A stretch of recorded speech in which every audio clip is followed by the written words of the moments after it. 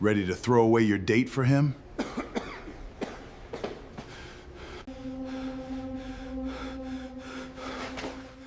Give him the inhaler.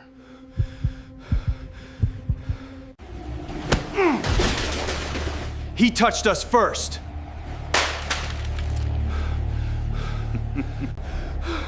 I can't breathe. Colton, hang on, just breathe! Norris, on the floor now.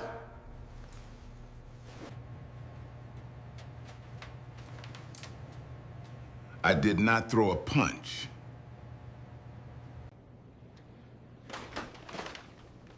I wrote down the timeline. It shows exactly what happened, Pike. That isn't what my report says. The second camera shows who shoved first. Stop feeding everybody like you're running a restaurant.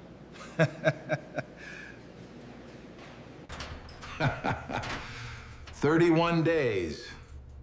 Keep your head down.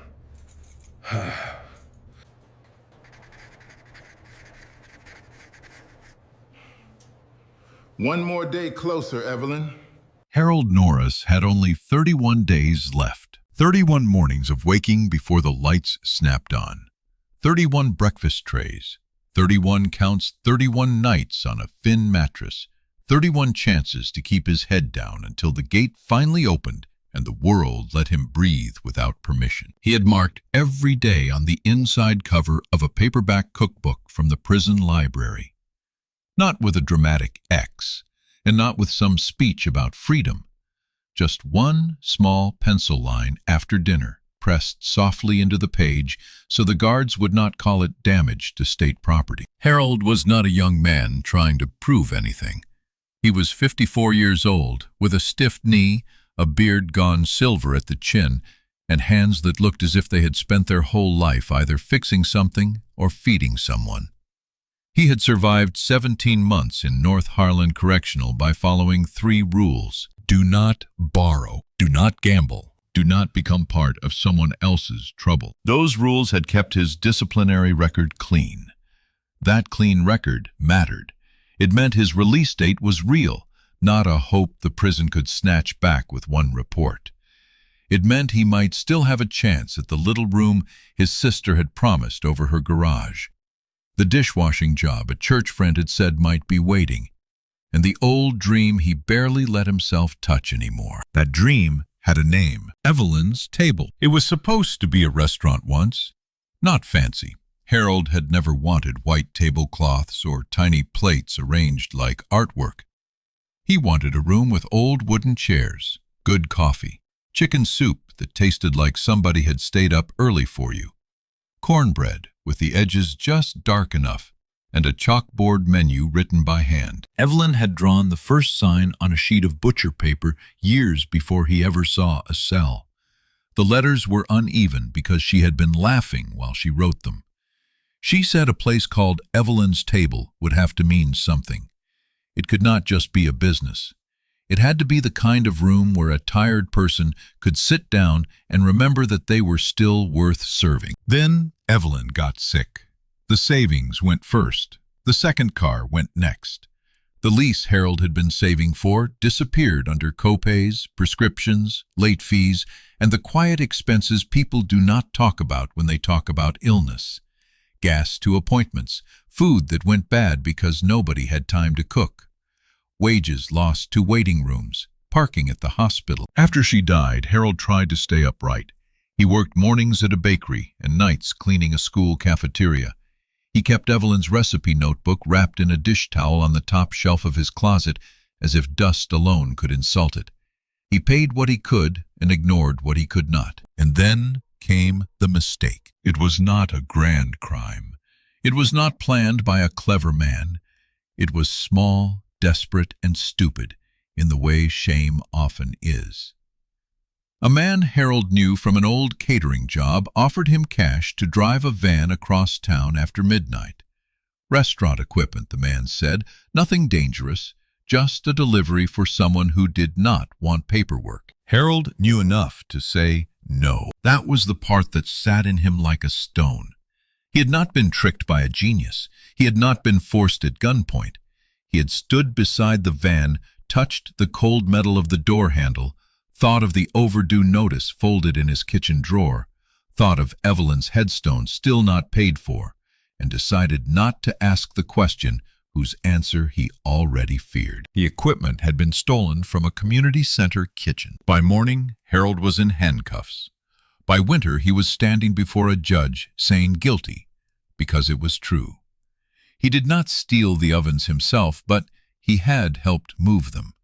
He had taken money for not knowing, and not knowing on purpose was still a kind of knowing. So when Harold entered North Harlan, he did not walk in calling himself innocent. He walked in carrying regret, a dented body, and 2 pieces of paper. One was Evelyn's recipe for rosemary chicken, folded inside his Bible. The other was his release calculation, printed in black ink by a tired clerk who did not look up when she handed it over. For 17 months, Harold behaved like a man trying not to lose the last clean piece of himself. He worked in the kitchen because the kitchen was the only room in the prison where heat meant something besides anger.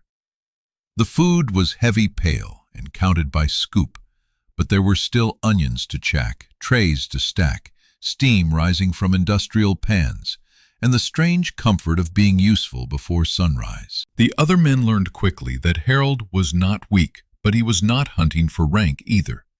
He listened more than he spoke. He did not preach. He did not pretend prison had made him wise.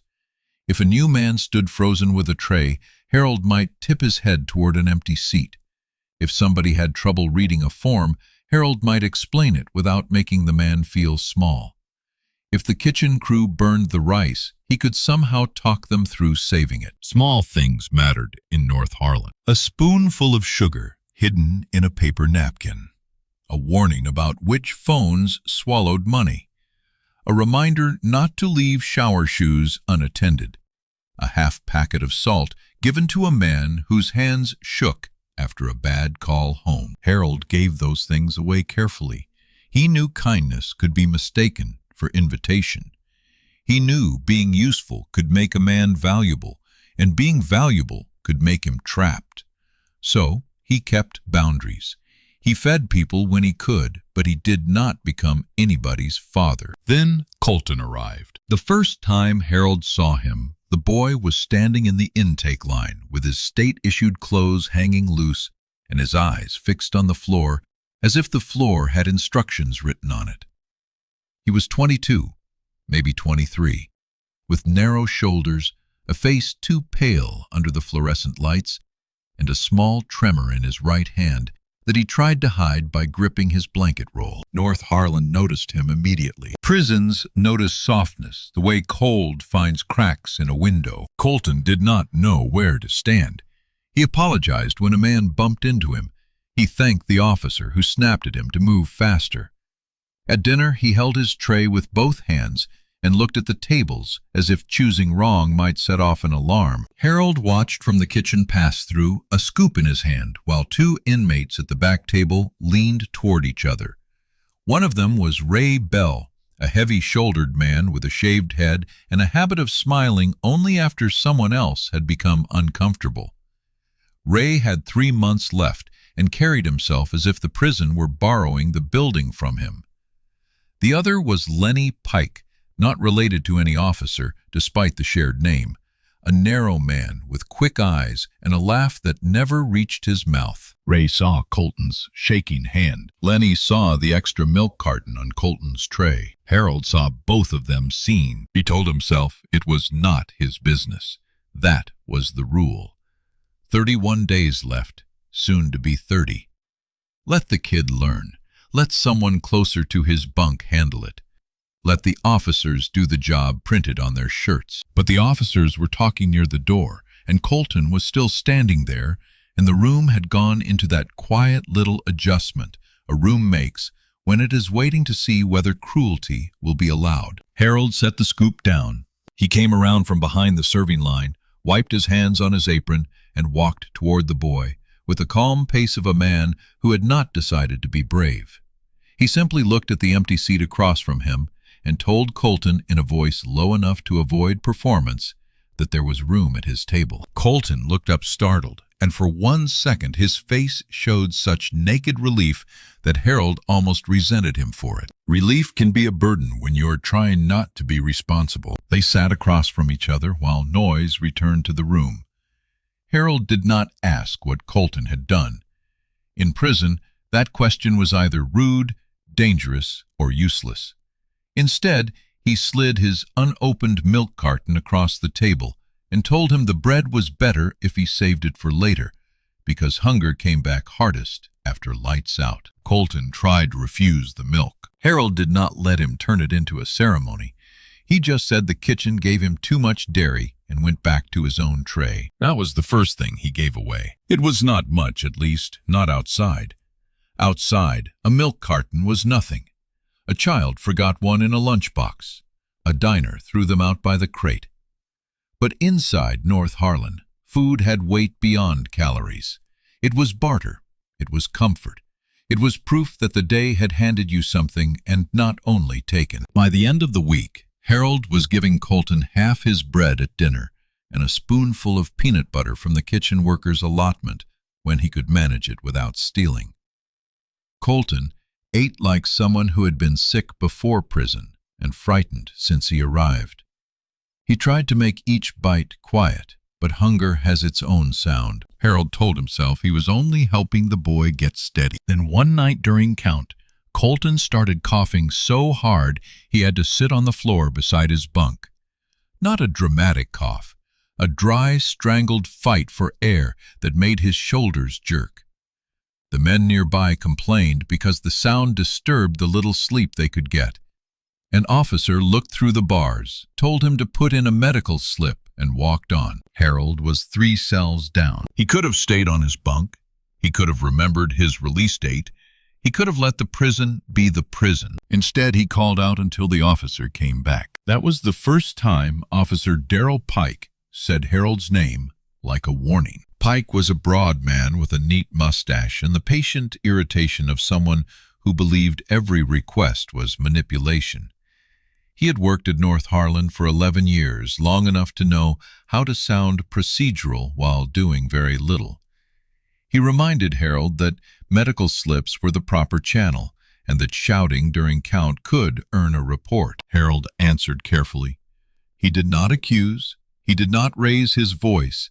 He said the boy had asthma medication listed on his intake sheet and had not received it. That detail made Pike pause. Harold knew it because Colton had mentioned it over dinner, embarrassed by the wheeze in his chest.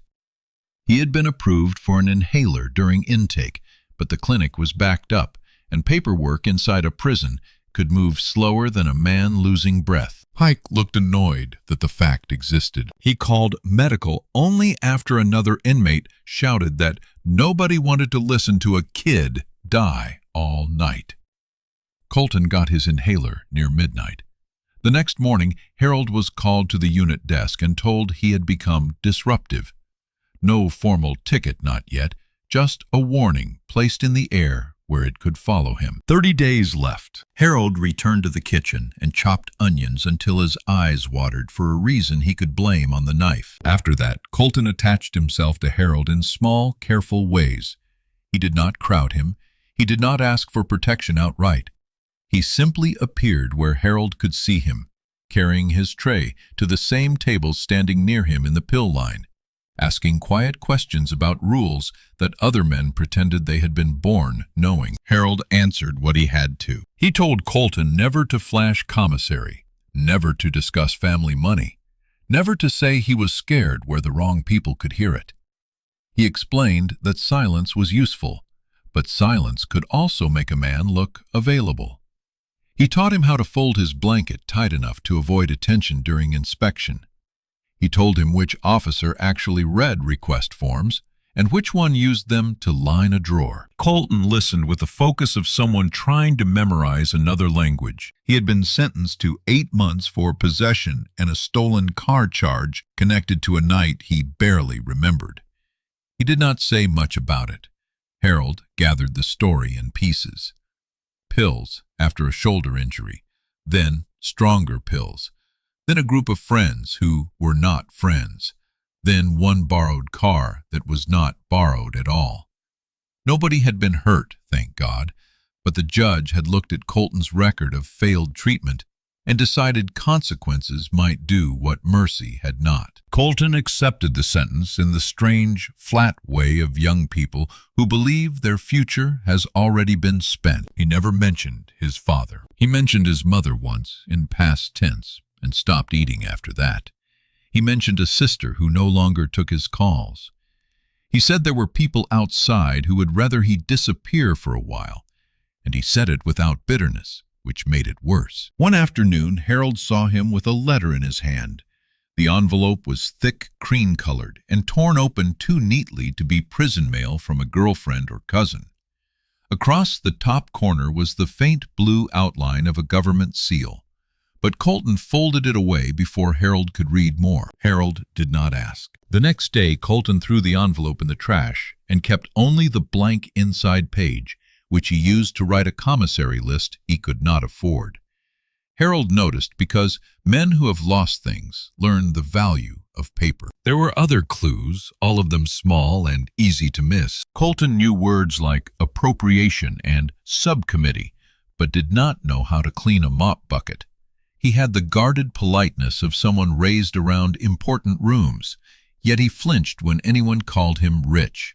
He spoke of Washington once by accident, then corrected himself and said, "Out east." When a news broadcast in the day room showed a senator making a speech about prison budgets, Colton stood and left before the man's face filled the screen. Harold saw these things and filed them away without building a theory. In prison, a man's secrets were often the only property he had left. Ray Bell was less respectful. He began with jokes. He called Colton college and asked if his pillow needed fluffing. He asked whether the boy wanted someone to cut his meat. He said it lightly enough for the officers to ignore, and loudly enough for the unit to understand. Then he moved to taxes. It always started that way. A soup packet here, a honey bun there, nothing worth fighting over, which was exactly why it worked. Men gave up little things to avoid bigger things, and the little things became a pattern, and the pattern became ownership. Colton gave Ray his dessert twice before Harold found out. The third time, Harold put his hand over the dessert cup before Colton could slide it away. The table went quiet. Ray leaned back with the lazy pleasure of a man who had been waiting for someone to make the room interesting. Harold did not threaten him. Threats had a way of becoming paperwork, and paperwork had a way of becoming lost freedom. He simply looked at Ray and told him the boy needed to eat. Ray smiled. He said Harold was getting sentimental close to the gate. That line traveled through the room faster than a shout. Close to the gate. Everyone knew what it meant. Harold had something to lose. Ray did not need to beat him to hurt him. All he needed was to pull Harold into a report, a shove, a witness statement, a disciplinary hearing where nobody cared who started it. Officer Pike watched from near the door.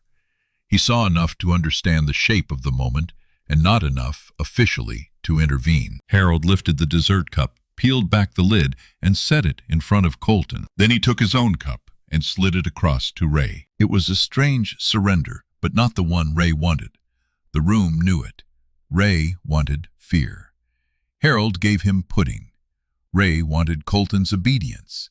Harold gave him an old man's portion and kept the boy's dignity untouched. Ray took the cup because refusing it would make the gesture bigger than accepting it, but his eyes stayed on Harold. After dinner, Colton apologized so many times that Harold finally told him apologies did not add calories to a man. That almost made Colton laugh. For a few days, the pressure eased. Ray did not stop watching, but he waited. Men like Ray understood timing. He knew Harold's release date was approaching. He knew every day made Harold more careful and Colton more dependent. He knew the prison rewarded people who looked away. Harold knew it too.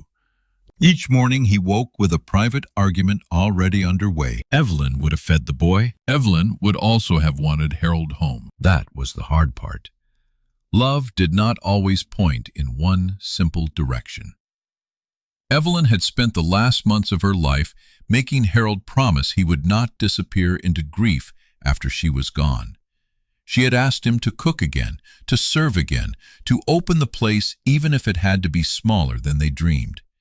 She had made him say the name aloud beside her hospital bed, Evelyn's table, while an IV pump clicked softly between them. And now, because Harold had been foolish once, even that small future depended on obedience. He could almost see freedom some nights. His sister's porch light, real coffee, a door he could close himself, the recipe notebook in his hands without an officer nearby, a stove that did not smell of bleach and old steam. Then Colton would cough in the dark or shift on his bunk after a nightmare, and Harold would be back in North Harlan, listening to a boy trying not to sound afraid. The real test came on a Thursday, when rain pressed against the high windows and made the whole unit smell like damp concrete. Kitchen workers were short that morning, so Harold was sent to help unload a delivery near the back corridor. He spent 2 hours lifting boxes of carrots, flour, powdered eggs, and canned peaches from a truck, while cold air moved through his shirt. By lunch, his knee was angry and his hands had started to ache. He was thinking of nothing but sitting down when he saw Colton near the laundry corridor with Ray and Lenny on either side of him. No one was shouting. That was how Harold knew it was bad. A loud confrontation could still be theater. Quiet meant the decision had already been made. Colton's face had gone white around the mouth. His laundry bag lay at his feet. Ray was holding Colton's inhaler between 2 fingers, turning it like a toy. Harold's first thought was not noble. His first thought was, please, not now. 26 days left. 26 days and he could be gone. 26 days and Colton would become someone else's problem. 26 days and Harold could stand over a sink in his sister's garage apartment, wash a tomato with his own hands, and not hear keys jangling behind him. He stopped walking. For 1 weak second, he tried to make himself believe Colton would be all right. Ray would scare him, take something, hand the inhaler back. Men like Ray liked control more than consequences. It might pass. Then Colton reached for the inhaler, and Ray lifted it higher, smiling. The boy's breath hitched. Harold moved. He did not run. Running drew officers and accusations.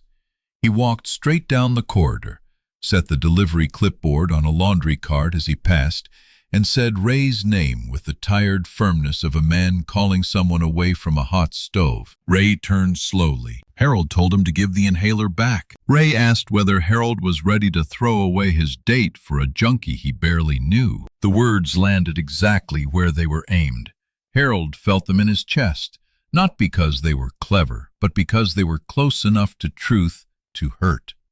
He barely knew Colton. He did not know the boy's last name. He did not know whether Colton would stay sober outside.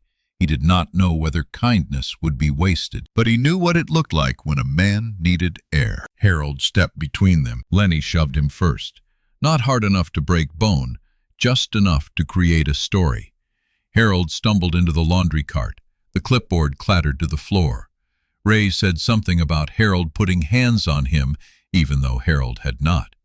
Colton coughed once, sharp and panicked, and reached again for the inhaler. The next few seconds became the kind of confusion that prisons know how to punish without understanding. Ray's elbow caught Harold under the ribs. Lenny grabbed Colton by the shirt.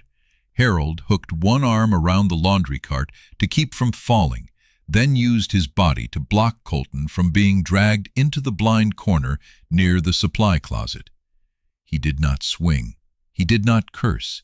He kept saying over and over that the boy needed his inhaler. By the time officers arrived, Harold was on one knee, Colton was gasping against the wall, and Ray had dropped the inhaler under the cart. Officer Pike saw Harold nearest the mess and made the easiest choice. He ordered Harold to the floor. Harold went down with his hands visible. His cheek touched concrete, still gritty with laundry lint. He saw the inhaler inches away, blue plastic against gray dust. He kept his eyes on it until another officer finally picked it up and pushed it into Colton's hand. The report named Harold Norris as the instigator of a physical altercation. It used the clean language institutions use when they do not want to smell the room. Disruptive movement, aggressive posture, refusal to disengage, potential gang-related protection activity. Harold read the words in the holding cell and almost laughed. Not because it was funny, because he had spent 17 months avoiding exactly those words, and now they were arranged on a page as if they had been waiting for him all along. The hearing was set for Monday. If the charge stuck, Harold could lose good time. His release date could move from 31 days to 6 months, maybe longer, if the board decided his behavior showed poor adjustment. His sister's room would not wait forever. The dishwashing job would vanish. Evelyn's table would become a name in a notebook again, not a door anyone could walk through. That night, Harold lay awake and listened to the unit breathe. Colton had been moved to medical observation. Ray and Lenny were in segregation, though everyone knew segregation did not mean guilt. Sometimes it only meant the prison was sorting out which version would be cheapest to believe. Harold stared at the underside of the bunk above him and thought about the judge who had sentenced him. The judge had said, "A good man's bad decision still left damage behind." Harold had hated that sentence at first because it sounded too neat, too polished for a life that had already broken open. Now he understood it better. The question was not whether one mistake could define him. The question was whether fear would. On Monday, Harold was brought into a small hearing room with beige walls, a bolted table, and a recorder that clicked before anyone spoke. A lieutenant he had seen only twice sat with a folder open. Officer Pike sat to one side. A counselor Harold liked sat near the wall, her face carefully neutral. Harold was asked for his statement. He could have shaved the truth. He could have said he slipped. He could have said he did not know what was happening. He could have made himself smaller in the hope the charge would shrink with him. Instead, he told the plain story. He saw 2 men with Colton. He saw one of them holding the inhaler. He stepped in because Colton could not breathe. He did not throw a punch. He did not threaten anyone. He would do it again if the alternative was watching a man be denied medicine. The lieutenant looked tired before Harold finished. Officer Pike's report remained official. The camera in the laundry corridor, Pike said, had been partially obstructed by the linen cart. The audio was not available. The responding officers saw Harold in the middle of the incident. In prison, being in the middle often counted as proof that you belonged there. Then the counselor asked whether medical had provided a statement about Colton's asthma attack. Pike said medical was behind. The lieutenant said they would proceed with available evidence. Harold felt the room closing. Not dramatically, not with thunder, just the quiet shutting of a file. That was when the door opened. Colton came in wearing a clean prison shirt and the exhausted look of someone who had argued his way out of a clinic bed. His hands still trembled, but his voice did not. He had written a statement. More than that, he had asked medical to note the time his inhaler was recovered and the condition he was in when he arrived. He had asked another inmate in the laundry crew to state where the cart had been before the shoving started. He had even remembered that the delivery clipboard Harold had set down showed the exact minute Harold left the loading area. Harold stared at him. The boy who had not known how to choose a cafeteria table had built a timeline. The lieutenant did not look pleased, but he looked awake. The hearing was delayed. The footage was reviewed again. A second camera from the delivery corridor 1 nobody had mentioned showed Harold setting down the clipboard and approaching with empty hands. It showed Ray lifting something away from Colton. It showed Lenny shoving first. The report did not survive the afternoon. Ray and Lenny were charged. Officer Pike was not fired, not then, but the false certainty of his report became part of an internal review he had never expected. Harold received a warning for entering a volatile situation without alerting staff, which was absurd enough that even the counselor looked embarrassed while reading it. But Harold kept his date, 23 days left. That evening, Colton returned to the unit and sat across from Harold at dinner. He looked thinner than before, but something in his posture had changed. He was still scared. Fear did not vanish because one form went your way. But he no longer looked like a boy waiting for the room to decide if he existed. Harold slid his bread across the table out of habit. Colton slid it back. He said Harold needed to stop feeding everybody like he was running a restaurant. Harold did laugh then, quietly, because for a second, Evelyn's table was not a broken dream. It was a joke between two men eating state meatloaf under fluorescent lights. Over the next 3 weeks, Colton improved in small, stubborn ways. He learned which forms mattered. He learned to eat without apology. He still sat with Harold, but not like a shadow. Sometimes he sat with a younger man from the education wing and helped him write letters. Sometimes he walked the yard alone, not to prove bravery, just to feel the air. Harold did not ask about the cream-colored envelope. Colton did not mention it. Then 3 days before Harold's release, the prison changed its posture. Anyone who has lived inside an institution knows when important visitors are coming. Floors get mopped twice, shirts get tucked. Staff who normally disappear become visible with clipboards.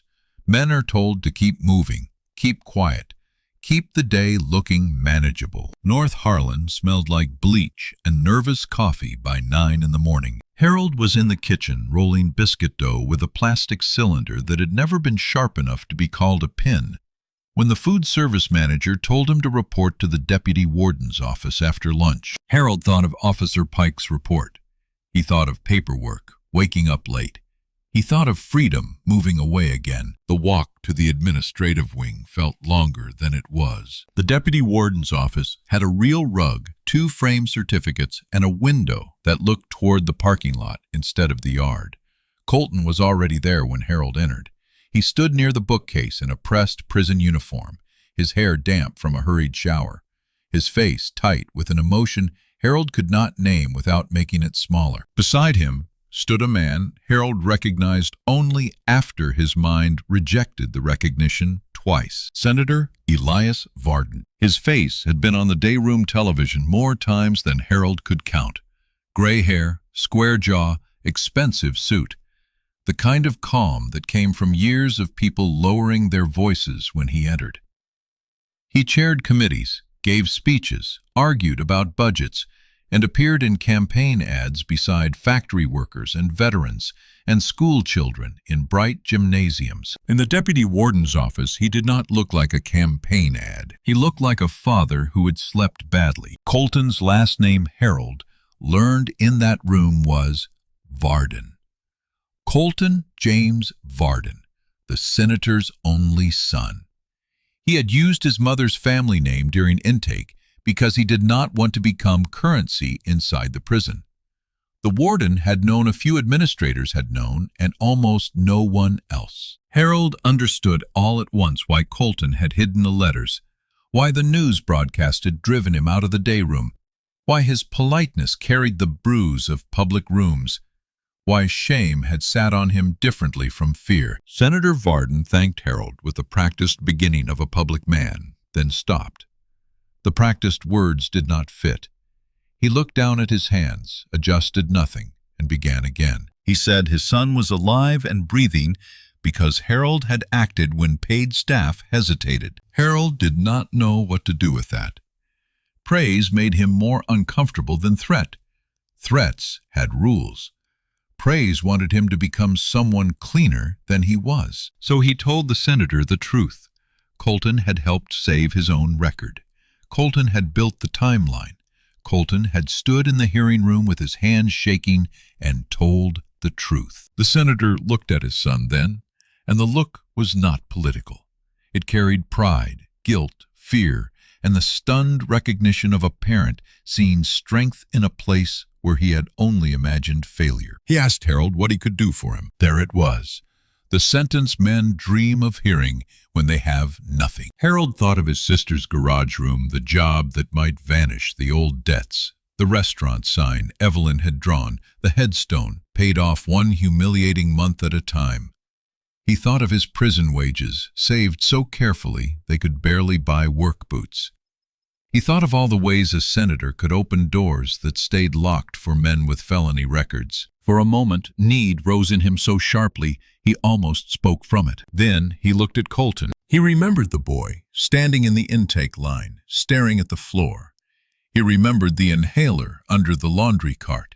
He remembered Ray asking whether Harold would throw away his date for a junkie he barely knew. Harold told Senator Varden that if he wanted to do something, he should keep visiting his son after the story stopped being urgent. The room went very still. It was not a heroic answer. It was almost rude. But Harold had spent enough time around hunger to recognize the kind food could not fix. Colton needed more than a powerful father who appeared during emergencies. He needed someone willing to sit across from him when there was no camera, no crisis, no speech to make, and no easy way to repair the past. The senator's eyes reddened, though he did not let tears fall. He said he would. Harold believed him only halfway. People in expensive suits made promises easily.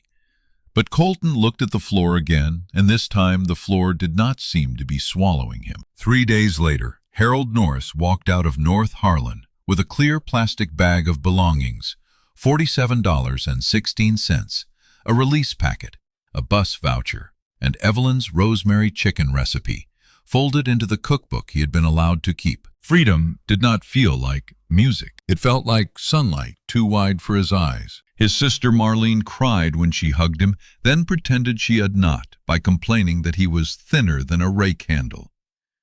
The garage room was small, hot, and smelled faintly of paint cans, but the door closed from the inside.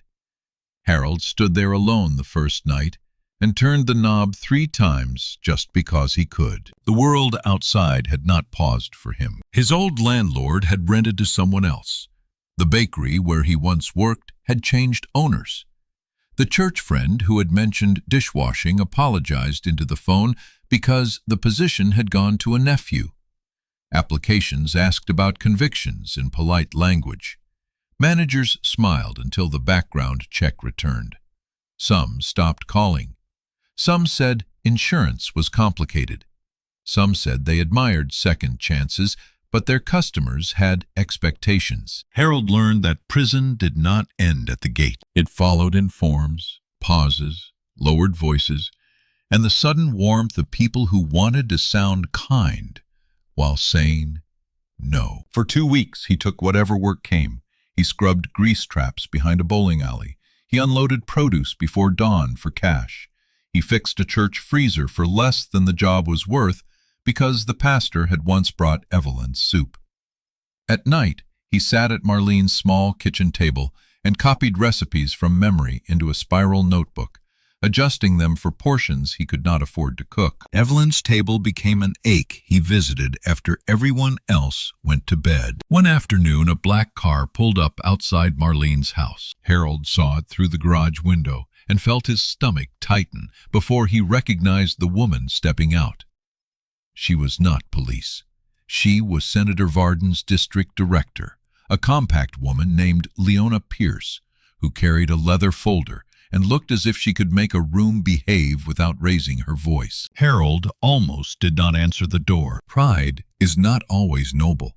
Sometimes it is fear wearing better clothes. Leona did not offer charity. That helped. She said the senator had asked to speak with him, but only if Harold was willing. She said Colton had been transferred to a treatment-focused facility for the remainder of his sentence and had asked whether Harold was eating real food yet.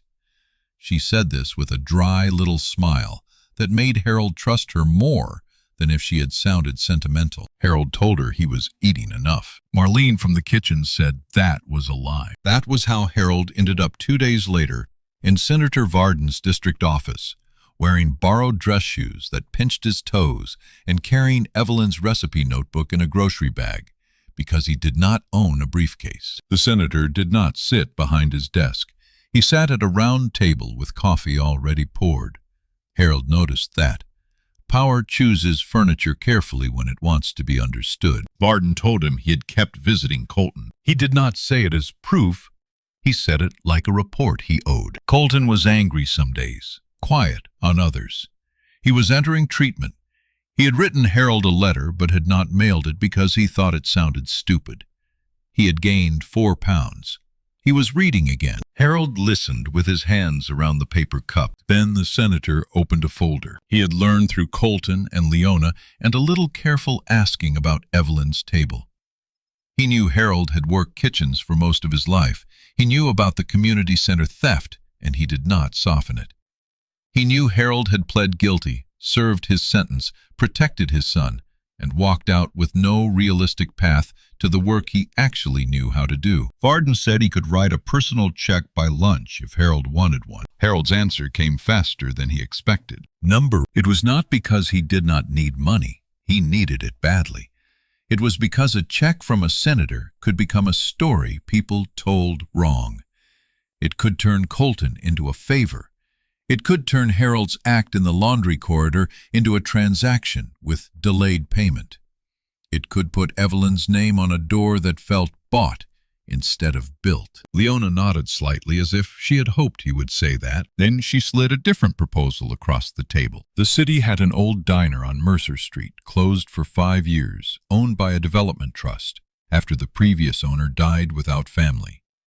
The building had a working hood system, bad flooring, ancient booths, and a tax lien tangled enough to scare away investors. It sat 3 blocks from the bus station and 2 blocks from a re-entry nonprofit that had lost its meal program when its grant expired. Senator Varden could not simply hand Harold a building, and Leona was careful about that. But he could use his visibility to bring together people who already should have been talking. A community lender with fair chance business funds, a restaurant association willing to sponsor training hours, a contractor who owed the senator no favors but owed Leona 2 returned phone calls, a legal clinic that helped formerly incarcerated people clear licensing barriers where the law allowed it. Not charity, Leona said, a structure. Harold looked at the papers for a long time. The plan did not erase his record. It did not make him instantly trustworthy to insurers. It did not produce a ribbon cutting by magic. It required classes, inspections, signatures, a business plan, food safety certification, a lease he could lose, and a loan he would have to repay.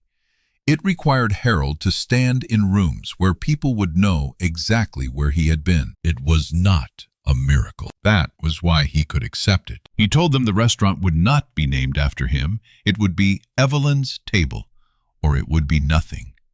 He told them the food had to be real food, not sympathy food.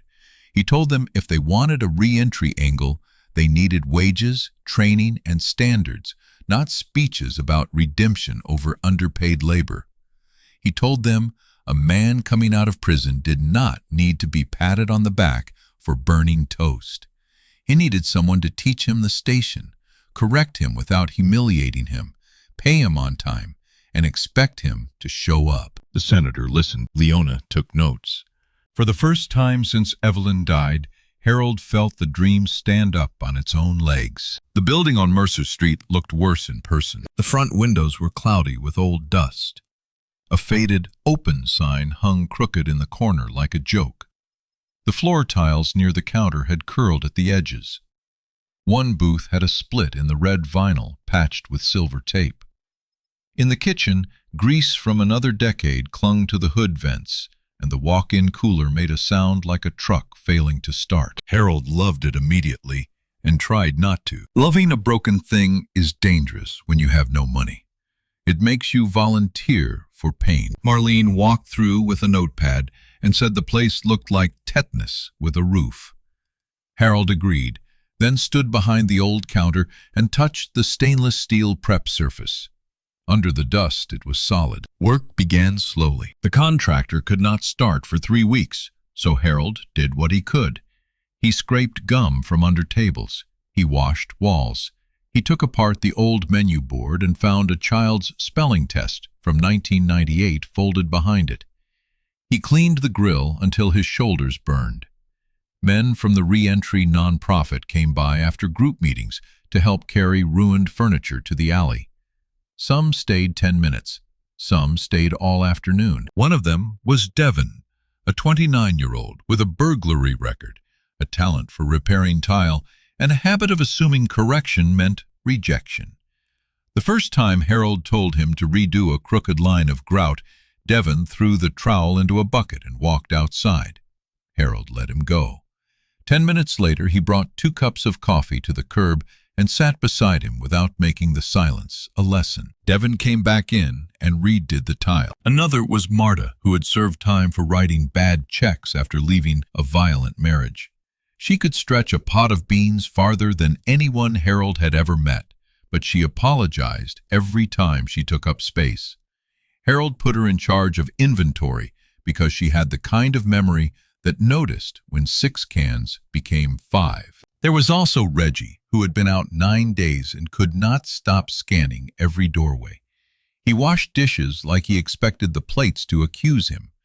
Harold taught him to stack by size, rinse before soap, keep knives separate, and breathe when someone entered behind him. These were not inspirational poster people. They were late sometimes, defensive sometimes, funny when they forgot to be guarded, tired, skilled, frustrating, human. Harold refused to call the restaurant a rescue. Rescue sounded like being carried.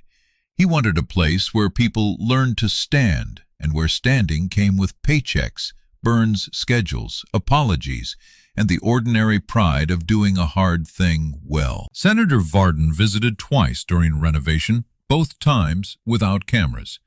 The first time he wore a dress shirt and ruined it helping move a freezer. The second time, he brought Colton. Colton had been released from custody into a residential treatment program by then. He looked different outside the uniform, younger and older at the same time. His hair had grown out. His face had more color. He stood in the doorway of the half-finished diner as if afraid to cross into a good thing too quickly. Harold handed him a broom. That was the greeting. Colton smiled for the first time in a way Harold believed. He swept under booths while his father stripped old tape from the front window. They did not talk much at first. The silence between them was not easy, but it was shared, and that was new. Later, Harold found them in the kitchen, standing over Evelyn's recipe notebook. Colton was reading the page for tomato gravy, and the senator was listening as if recipes had become a language he regretted not learning sooner. The city inspected the building in September. It failed. Not dramatically, just enough to bruise everyone. The backhand sink needed replumbing. The hood fan had an issue nobody caught. A permit signature was missing from a form that had been sent to the wrong office. The lender delayed the second draw. Payroll for the training crew became a math problem Harold solved by selling his truck to a mechanic who promised to let him buy it back someday, though both men knew that was unlikely. That week, Harold nearly quit. He sat alone in the dark dining room after everyone left, holding Evelyn's notebook open to the first page. The butcher paper sign she had drawn had been folded inside for years. The creases were soft now. Evelyn's table, the letters leaning uphill, hopeful and a little ridiculous. Harold pressed the paper flat with both hands and finally admitted out loud to no one that he was tired. Prison had made him tired. Grief had made him tired. Proving himself to people who had never stolen anything but had looked away from plenty had made him tired. Being praised for kindness while still unable to pass a rental check had made him tired. The next morning, Marta arrived early with a tray of biscuits she had made in her apartment oven. They were uneven pale on one side and better than anything Harold had eaten in months. Devon came in with a cousin who knew plumbing. Reggie brought a used radio because kitchens needed music. Marlene showed up with envelopes of cash collected from church ladies who insisted it was not charity if they expected pie later. Even Leona appeared carrying a stack of corrected permit forms and the expression of a woman prepared to make City Hall remember its own procedures. Harold did not cry. He did something harder for him. He let them help. Evelyn's table opened on a cold Tuesday morning because Harold said restaurants should not wait for weekends to become real. There was no red carpet. The sign over the door was painted dark green with cream letters copied from Evelyn's uneven butcher paper. The booths were still old, but the vinyl had been repaired. The floor had Devon's tile near the counter, slightly imperfect if you knew where to look. The kitchen smelled of onions, coffee, yeast rolls, and lemon cleaner. The first customer was a bus driver who had watched the renovation for months and came in on her break for coffee and eggs. Harold served her himself because the staff froze when the bell over the door rang. She paid in singles, left a $1 tip, and told him the potatoes needed more pepper. Harold added pepper. By noon, every table was full. Some people came because they had heard about the senator's son. Some came because local news had run a short piece about second chances and showed Harold looking deeply uncomfortable beside the grill. Some came because they were curious about a restaurant staffed partly by people other places would not hire. Curiosity filled seats, but it did not keep them. The food did that. Evelyn's rosemary chicken came out with crisp skin and pan gravy deep enough to quiet a table. Marta's beans became a side dish people asked for by name. Devon learned the flat top and made grilled cheese with edges so perfect children stopped talking when they bit in. Reggie became the fastest dishwasher Harold had ever trained, and eventually the only person allowed to organize the dry storage because he could spot disorder from the doorway. Harold refused to put a sad story on the menu. There was no prison plate, no redemption special, no clever name that turned pain into branding. The dishes were named for what they were: chicken and dumplings, tomato gravy over biscuits, white bean stew, meatloaf with onion jam, Evelyn's Sunday cake, served every day except Sunday because Harold closed the restaurant then and made everyone rest. On the wall near the register, he hung a small framed note. Everybody eats like they were expected. That was all. Senator Varden came opening week with Colton and Leona. He waited for a table like anyone else because Harold had made that rule clear. No reserved power table. No cameras at lunch. No speech near the pie case. The senator accepted this with good grace, though his security detail looked less pleased. When a table opened, Harold brought out rosemary chicken, beans, greens, and 3 slices of Sunday cake. Colton had gained weight. Not much, but enough that his face no longer looked carved down by fear. He was still in treatment. He still had court costs. He still had mornings when his hands shook for reasons that had nothing to do with asthma. The story did not tidy him into a symbol, but he was alive. He was sitting across from his father in a room that smelled of warm bread. At one point, Harold saw Senator Varden reach for the salt, then stop and pass it to Colton first. It was a tiny thing, nearly invisible, a father remembering someone else at the table. Harold turned away before either of them could see him noticing. The restaurant did well then, badly, then well again. That is how real restaurants behave. A glowing first month gave way to slow afternoons. A refrigerator failed. A cook Harold had trained disappeared for 2 weeks and returned ashamed. A customer posted online that hiring former inmates made the place unsafe. Another customer replied that the meatloaf was worth minding your business. Harold learned to read reviews without letting them rearrange his soul. He also learned that second chances needed rules as much as kindness. He fired one trainee for stealing from the tip jar after 2 warnings and helped him apply at a warehouse the next week anyway. He suspended another for showing up high, then drove her to a clinic when she asked for help. He made schedules with court dates in mind, but he did not let people use pain as an all-purpose excuse. Evelyn's table became known not as an easy place to work, but as a place where correction came with a path back, when a path back was still safe. 6 months after opening, Senator Varden introduced a state re-entry employment bill. He did not tell Harold ahead of time because Harold would have told him to keep the restaurant out of politics. But the bill was shaped by what North Harlan had taught all of them. It offered tax credits for businesses that completed real training programs, funded medication continuity for people entering custody, required faster review of medical access complaints, and created a small loan pool for entrepreneurs with old convictions who could show work history and community sponsorship. It did not pass easily. Nothing useful does. Opponents called it soft. Commentators brought up Colton as if a son's addiction disqualified a father from caring about anyone else's child. Harold was asked by a reporter whether he felt used by the senator. He answered that being used felt like being turned into a slogan, and Senator Varden had mostly let him keep cooking. That line aired on the evening news. Harold hated seeing himself on television. The staff loved it. Colton watched the clip from a sober living house with 6 other men, 1 bad couch, and a chore chart on the fridge. He called Harold afterward and said the meatloaf looked dry on camera.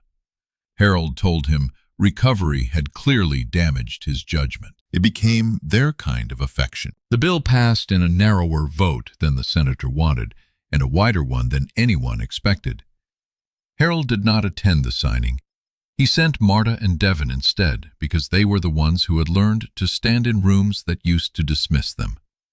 Devin wore a suit with work boots. Marta corrected a reporter who called her a former inmate before calling her the inventory manager. Evelyn's table kept growing roots. On Monday mornings before the restaurant opened, Harold hosted a free breakfast for people coming home from county jail or state prison within the last 30 days. No speeches, no cameras, just eggs, toast, coffee, and a folder of practical things people actually needed. Where to get an ID, which bus routes reached the probation office, which clinics took walk-ins, which employers said fair chance and meant it, which ones used the phrase only for grant applications. Harold sat at those breakfasts whenever he could. He could spot the newly released by their hands. They touched cups carefully. They sat facing doors. They ate too fast or barely at all. Some talked big. Some looked stunned by the number of choices on the menu. Harold did not tell them everything would be all right. He knew better. He told them the first week was strange, the second could be worse, and breakfast was still breakfast. Sometimes he saw himself in them. Sometimes he saw Colton. Sometimes, when a young man tried to hide shaking hands by gripping a coffee mug too tightly, Harold would set a plate down and make the room feel ordinary around him. Not soft, not sentimental, ordinary. There are few gifts larger than being allowed to eat without becoming a lesson. A year after Harold walked out of North Harlan, he returned. He had not planned to. He had avoided even driving near the road that led to the prison. But the new education coordinator asked Evelyn's table to cater a family visitation event connected to a pilot re-entry program. Harold said no 3 times. Leona said he did not have to prove anything by going back. Marlene said the same. Colton, who had been sober 9 months by then, said Harold should only go if the place owed him less than the people inside needed him. That was annoyingly wise, so Harold went. The prison looked smaller from the outside and exactly as large once he passed security. He brought trays of chicken stew, rolls, greens, and cake. Devin came with him, so did Marta. Reggie stayed at the restaurant because somebody had to keep lunch from collapsing. The officers checked every container as if rosemary might be contraband. Harold stood still through it, breathing through the old smells, bleach and metal and damp uniforms. Officer Pike was gone by then. The internal review after the laundry incident had opened older complaints about medical delays and reports written too neatly against men who asked inconvenient questions. Pike resigned before discipline finished. Ray Bell had been transferred after assault charges inside the facility. Lenny followed months later. None of that healed anyone, but it mattered that the paper trail had not vanished. During the visitation meal, Harold saw men become fathers again for 15 minutes at a time. He saw children climb into laps. He saw mothers study faces for signs of weight loss, bruises, hope.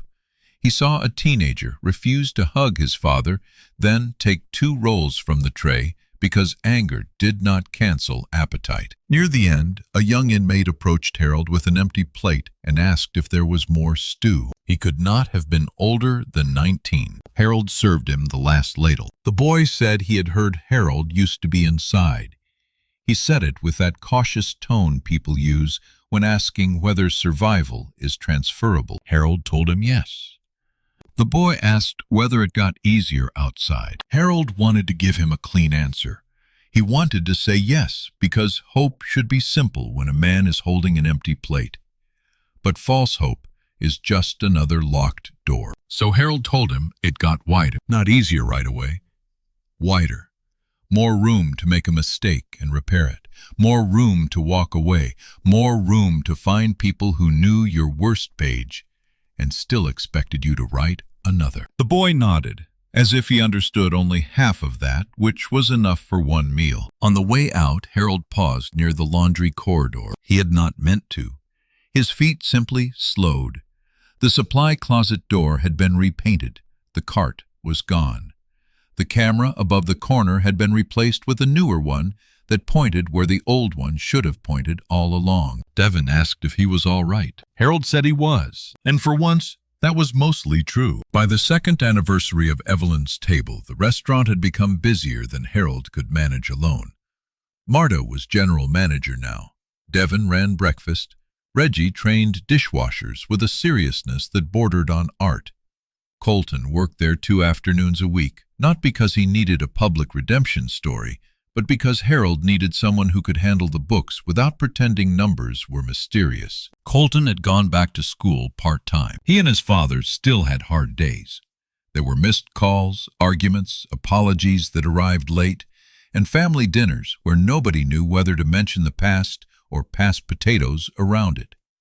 But the senator kept showing up, not perfectly, not as a rescued hero, as a father learning that love was less impressive than consistency. One evening, after closing, Harold found Colton sitting alone at table 6, the one near the window where the streetlight made circles on the glass. In front of him was a piece of cream-colored stationery. For a second, Harold remembered the envelope in prison, the government seal, the boy folding his life into silence. This time, Colton did not hide it. It was a letter to men entering the treatment unit at North Harlan. Not a speech, not advice polished into uselessness, just a page about asking for the inhaler, eating the bread, telling the truth early if you can, and finding one person who does not need you to be impressive before they help you breathe. Harold read it twice. Then he told Colton the handwriting was terrible. Colton said Harold's biscuits were uneven. They sat there, grinning like people who had earned the right to be ordinary with each other. Later that year, Evelyn's table started a small tradition. Every Thursday at 3, between lunch and dinner, the staff pushed 2 tables together near the back and served what Harold called staff meal, though everyone in the neighborhood knew it had become more than that. Former employees came by. Probation officers came without badges, showing. A public defender brought clients who had not eaten since morning court. Senator Varden came when he could, and washed dishes afterward if Reggie allowed it, which depended entirely on whether the senator stacked plates correctly. There was always a seat left open, not reserved for anyone powerful, not symbolic in a way Harold would have mocked, just open, because someone usually arrived needing it. One Thursday, a woman came in with a boy about 20 who would not meet anyone's eyes. He had been released from county that morning. His clothes were too thin for the weather, and his hands shook around the paper cup Marta gave him. Harold saw the room notice him. He saw the old reflex in the boy's shoulders, the expectation that every eye was measuring weakness. He saw Devin glance at the empty chair. He saw Reggie quietly bring out an extra plate without being asked. He saw Colton, standing near the register, go very still for one breath. Then Colton walked over and pulled out the chair. No speech, no big welcome. He just made room at the table. Harold stood behind the counter with a towel over his shoulder and felt Evelyn's name above the door settle deeper into the wood. People like to say Harold Norris changed Colton Varden's life. That was true, but too small. Colton changed Harold's too. He forced Harold to find out whether his kindness only worked when it was convenient. Senator Varden changed because his son's suffering stopped being private shame and became public responsibility. Marta changed because someone trusted her with keys and inventory instead of suspicion. Devon changed because a crooked tile was not the end of the job. Reggie changed because a dish pit became a station of pride. Even North Harlan changed a little, which was not enough and still worth counting. As for Harold, he never became comfortable with being called a hero. He knew what he had done wrong. He knew the community center had lost a kitchen because he chose not to ask questions when money was in front of him. He also knew one bad night had not removed his obligation to do the next right thing when it cost him something. That was the part people often missed. Redemption was not applause. It was not a newspaper photo or a senator's handshake or a line out the door for meatloaf. Redemption was waking up with a choice and making it again. It was paying the loan on time. It was correcting the employee you loved and welcoming back the one who was ready to try. It was visiting the prison after your body remembered the corridor. It was feeding a young man without turning him into proof of your goodness. On the wall behind the register, beside the note that said, "Everybody eats," like they were expected, Harold eventually hung one more thing. It was not his release paper. It was not the newspaper article. It was not a photograph of Senator Varden. It was a prison milk carton, flattened, carefully sealed behind glass in a plain wooden frame. Most customers did not understand it. Some thought it was art. Some thought it was a joke. Children asked why anyone would frame trash. Harold rarely explained, but the people who needed to know usually knew. They knew a meal could be more than a meal when the person giving it away was hungry too. They knew protection did not always look like winning a fight. Sometimes it looked like stepping into a corridor with empty hands. Sometimes it looked like risking the date circled in your mind because someone else needed air before you needed freedom. And every Thursday when the staff table filled and the open chair waited, Harold would glance at that flattened carton and think of the first thing he gave away. Not the biggest thing, just the first.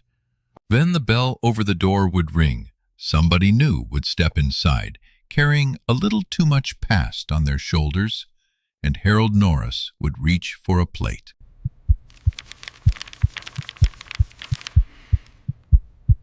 I thought I could control the scene. Keep it off the probable cause statement. The court finds the defendant guilty of conspiracy. Ordinary people have constitutional rights too. I almost stopped recording, but then I remembered what silence costs. The police department tried to bury it, but I kept the phone footage.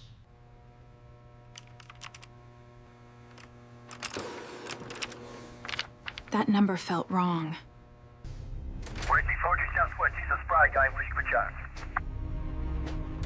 She could explain it at the station. Power should not be the price of being treated lawfully.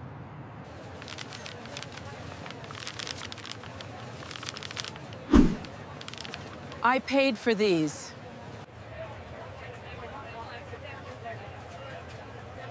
Richmond Market Ordinance 4419.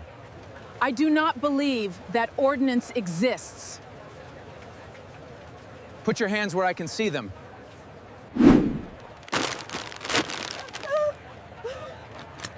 Stop performing. Preserve the footage.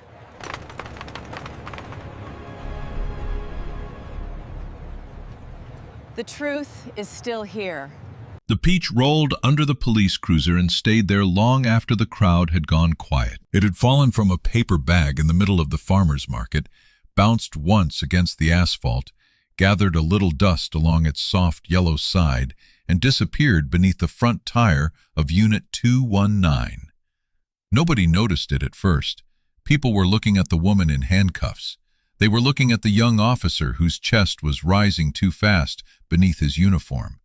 They were looking at the vendor whose basket of tomatoes had been knocked sideways, and at the little girl who had stopped crying only because her grandmother had covered her ears. By lunchtime, that bruised Peach would become part of the story people in Richmond could not stop talking about. Not because fruit mattered more than a woman's wrists, not because a market receipt mattered more than a human being's dignity, but because the Peach marked the exact place where Officer Trent Dawson decided that his authority did not need facts, did not need law, and did not even need the truth.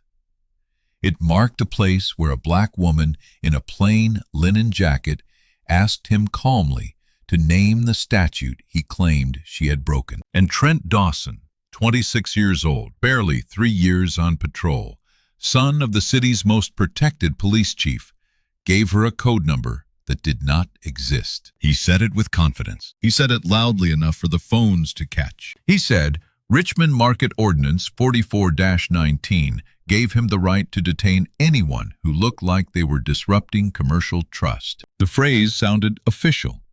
That was the point. It had enough government flavor to make nervous people hesitate. Commercial trust, public order, market integrity.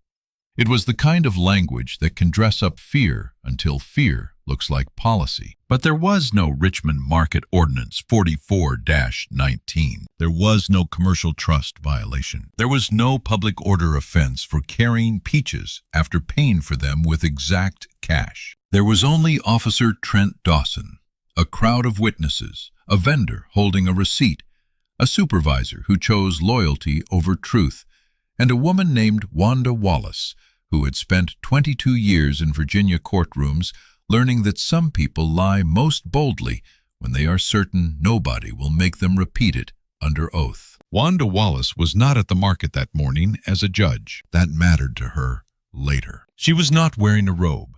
She was not sitting high above a courtroom. She was not surrounded by clerks, deputies, attorneys, bailiffs, flags, or the solemn little rituals that tell people when power has entered the room. She was simply a woman in her early 60s, with silver at her temples, a green canvas bag over one shoulder, and a handwritten grocery list folded around a $10 bill. The list had been written in her own careful block letters before sunrise. Peaches, basil, tomatoes if they smell right, honey for Aunt Lena. One loaf from the woman with the rosemary bread. At the bottom, almost as an afterthought, she had written, flowers. She had not bought flowers for herself in months. Richmond had been hot that week, the kind of wet July heat that made old brick buildings seem to sweat through their mortar. Her docket had been heavy. 2 custody cases had followed her home, in the way cases sometimes did, not through paperwork, but through the faces of children trying not to look frightened in a courthouse hallway. She had slept badly the night before, woken before the alarm, and made coffee she barely drank. The farmer's market was supposed to be a small mercy. Wanda loved that market because it did not care who she was. Vendors knew her as Ms. Wallace, sometimes Judge Wallace, if they had seen her name in the paper, but most Saturdays nobody made much of it. They asked whether she wanted the freestone peaches or the clingstone. They told her which tomatoes would hold up in a salad. They saved the dark honey for her aunt because Aunt Lena said the pale kind tasted like it had given up too early. To Wanda, the market was one of the few places where Richmond felt whole without pretending it had no scars. There were families from Churchill and students from VCU, elderly couples from the Fan, young parents with strollers, retired men arguing softly about collards, bakers setting out sourdough beside farmers who still had red clay under their nails. The city had layers. There, old money and old hurt. New restaurants and old church recipes. Lawyers in running shoes. Grandmothers in sun hats. Children sticky with peach juice before 9 in the morning. Wanda liked watching people choose things with their hands. In court, people handed her documents, motions, exhibits, affidavits, photographs, statements, typed in a language meant to remove heat from pain.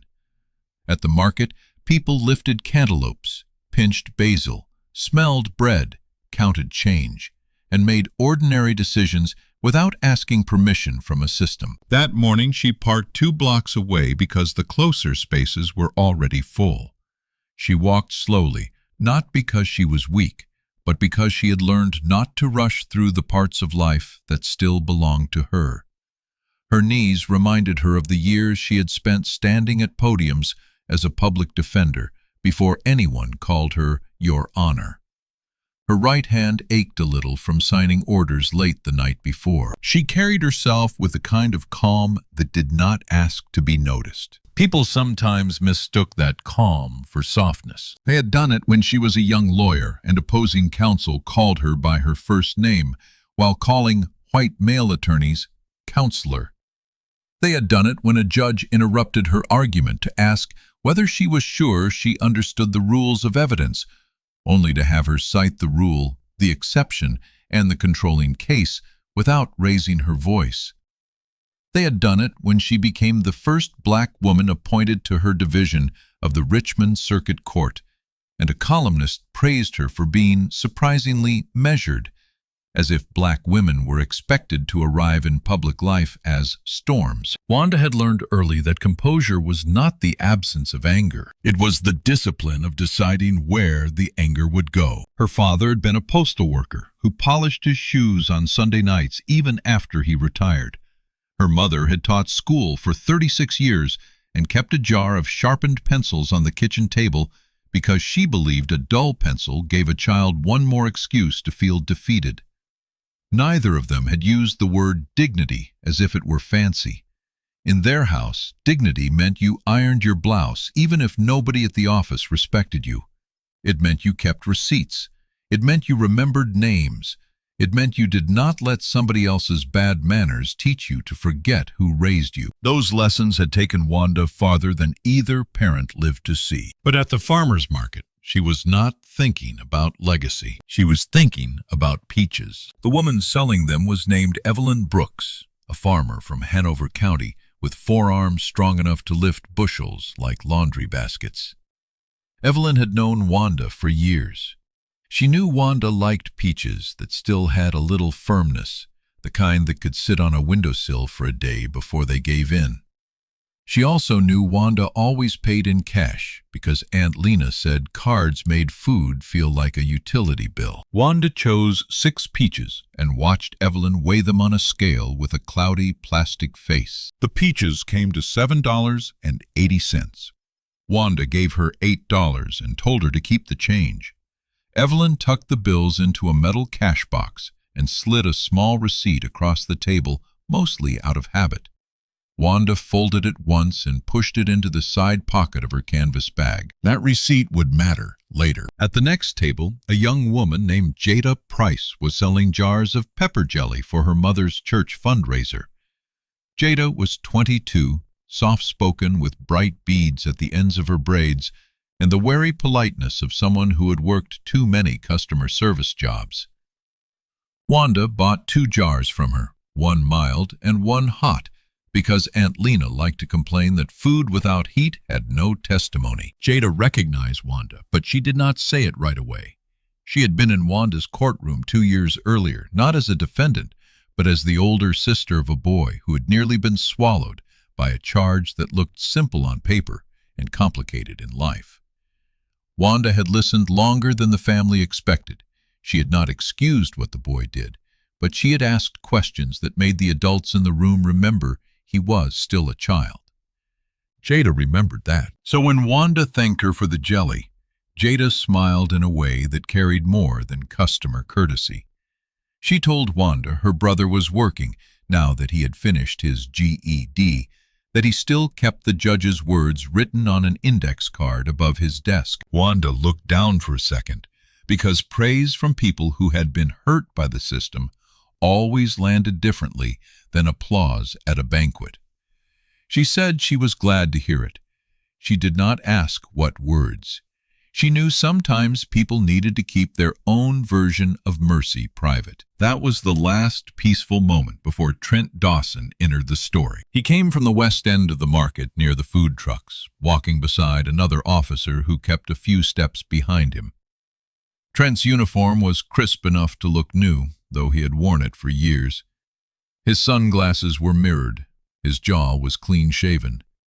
His hand rested near his belt, as if the weight of it reminded him who he was supposed to be. People noticed him the way people notice weather that might turn. Richmond had officers who moved through the market with easy familiarity. They bought coffee. They helped find lost children. They directed traffic when the crosswalk jammed up. Some vendors knew them by name and saved biscuits for them near closing. A uniform did not have to make a market tense, but Trent Dawson had a different way of wearing his. He did not scan for need, he scanned for disobedience. His father, Chief Victor Dawson, had led the department for almost 9 years. Victor Dawson had built his career on the language of order. He gave clean interviews. He spoke about trust, accountability, and community partnerships with the practiced steadiness of a man who knew exactly which words looked good in print. He could stand beside pastors after a shooting and beside business owners after a break-in. He could praise reform in public and complain about oversight in private. He was not foolish enough to sound cruel where cameras could see him. Trent had inherited the uniform before he earned the weight of it. That was how some older officers described him when they were tired and honest. Not in writing, not in official complaints, just in break rooms, parking lots, and the low voices people use when they are naming a problem nobody powerful once named. Trent had been protected through mistakes that would have ended another young officer's career. A rough stop outside a convenience store, a complaint from a delivery driver who said Trent searched his van after inventing the smell of marijuana. A college student pushed against a wall during a noise call. Each time the paperwork softened. Each time a supervisor found passive language. The subject became agitated. The subject failed to comply. The officer used minimal force. The matter was reviewed. There are phrases that can bury a person's pain without looking like a shovel. Trent's direct supervisor, Sergeant Paul Mercer, knew how to use all of them. Mercer had been on the force long enough to distrust every complaint before reading it. He believed discipline made officers hesitate. He believed hesitation got officers hurt. He believed the public did not understand the job, which sometimes was true, and sometimes was only a convenient wall. What Mercer never understood was that loyalty to a bad officer is not protection. It is permission. That morning, Trent had already been irritated before he reached Wanda. A vendor had asked him not to lean his coffee on a table of soap wrapped in paper. A cyclist had questioned why his cruiser was blocking part of the loading lane. Someone had laughed when a little boy asked whether his handcuffs were for superheroes. None of it was serious. But Trent had the temperament of a man who collected small embarrassments and looked for somewhere to spend them. He saw Wanda at the peach table while she was placing her jars of jelly into her canvas bag. Later, he would claim she was concealing merchandise. The video showed something else. It showed a woman standing in front of a vendor table with 2 paid jars and 6 paid peaches, placing them carefully into a bag that already held a loaf of rosemary bread. It showed Evelyn Brooks wiping the scale. It showed the cash box still open from the transaction. It showed Jada Price turning to help another customer, then looking back when Trent stepped into Wanda's path. He asked what was in the bag. It was not an unreasonable question by itself. Officers ask questions. People answer them all the time. But tone can turn an ordinary question into a claim of ownership over someone else's body. Trent did not speak as if he needed information. He spoke as if he had already decided Wanda owed him submission. Wanda looked at him over the top of her reading glasses. She told him she had peaches, bread, honey, and 2 jars of pepper jelly. She said she had receipts if he needed them. She kept her voice low, even friendly, because she had spent a lifetime giving tense rooms one chance to choose reason. Trent did not ask for the receipts. He asked where she had gotten the peaches. Evelyn raised a hand from behind the table and said Wanda had bought them right there. Jada added that the jelly was paid for too. Another vendor, a tall man selling flowers, said he had seen the whole thing. That should have ended it. But some men hear witnesses as challenges. Trent told the vendors to stay out of police business. Then he asked Wanda for identification. Wanda did not refuse. She asked whether she was being detained, and if so, on what basis. The question was clear, lawful, and ordinary to anyone who understood the boundary between a conversation and a seizure. It was not shouted. It was not sarcastic. She did not point a finger. She did not step toward him. The phones came out after that. Not many at first. One young man by the coffee stand lifted his phone chest high.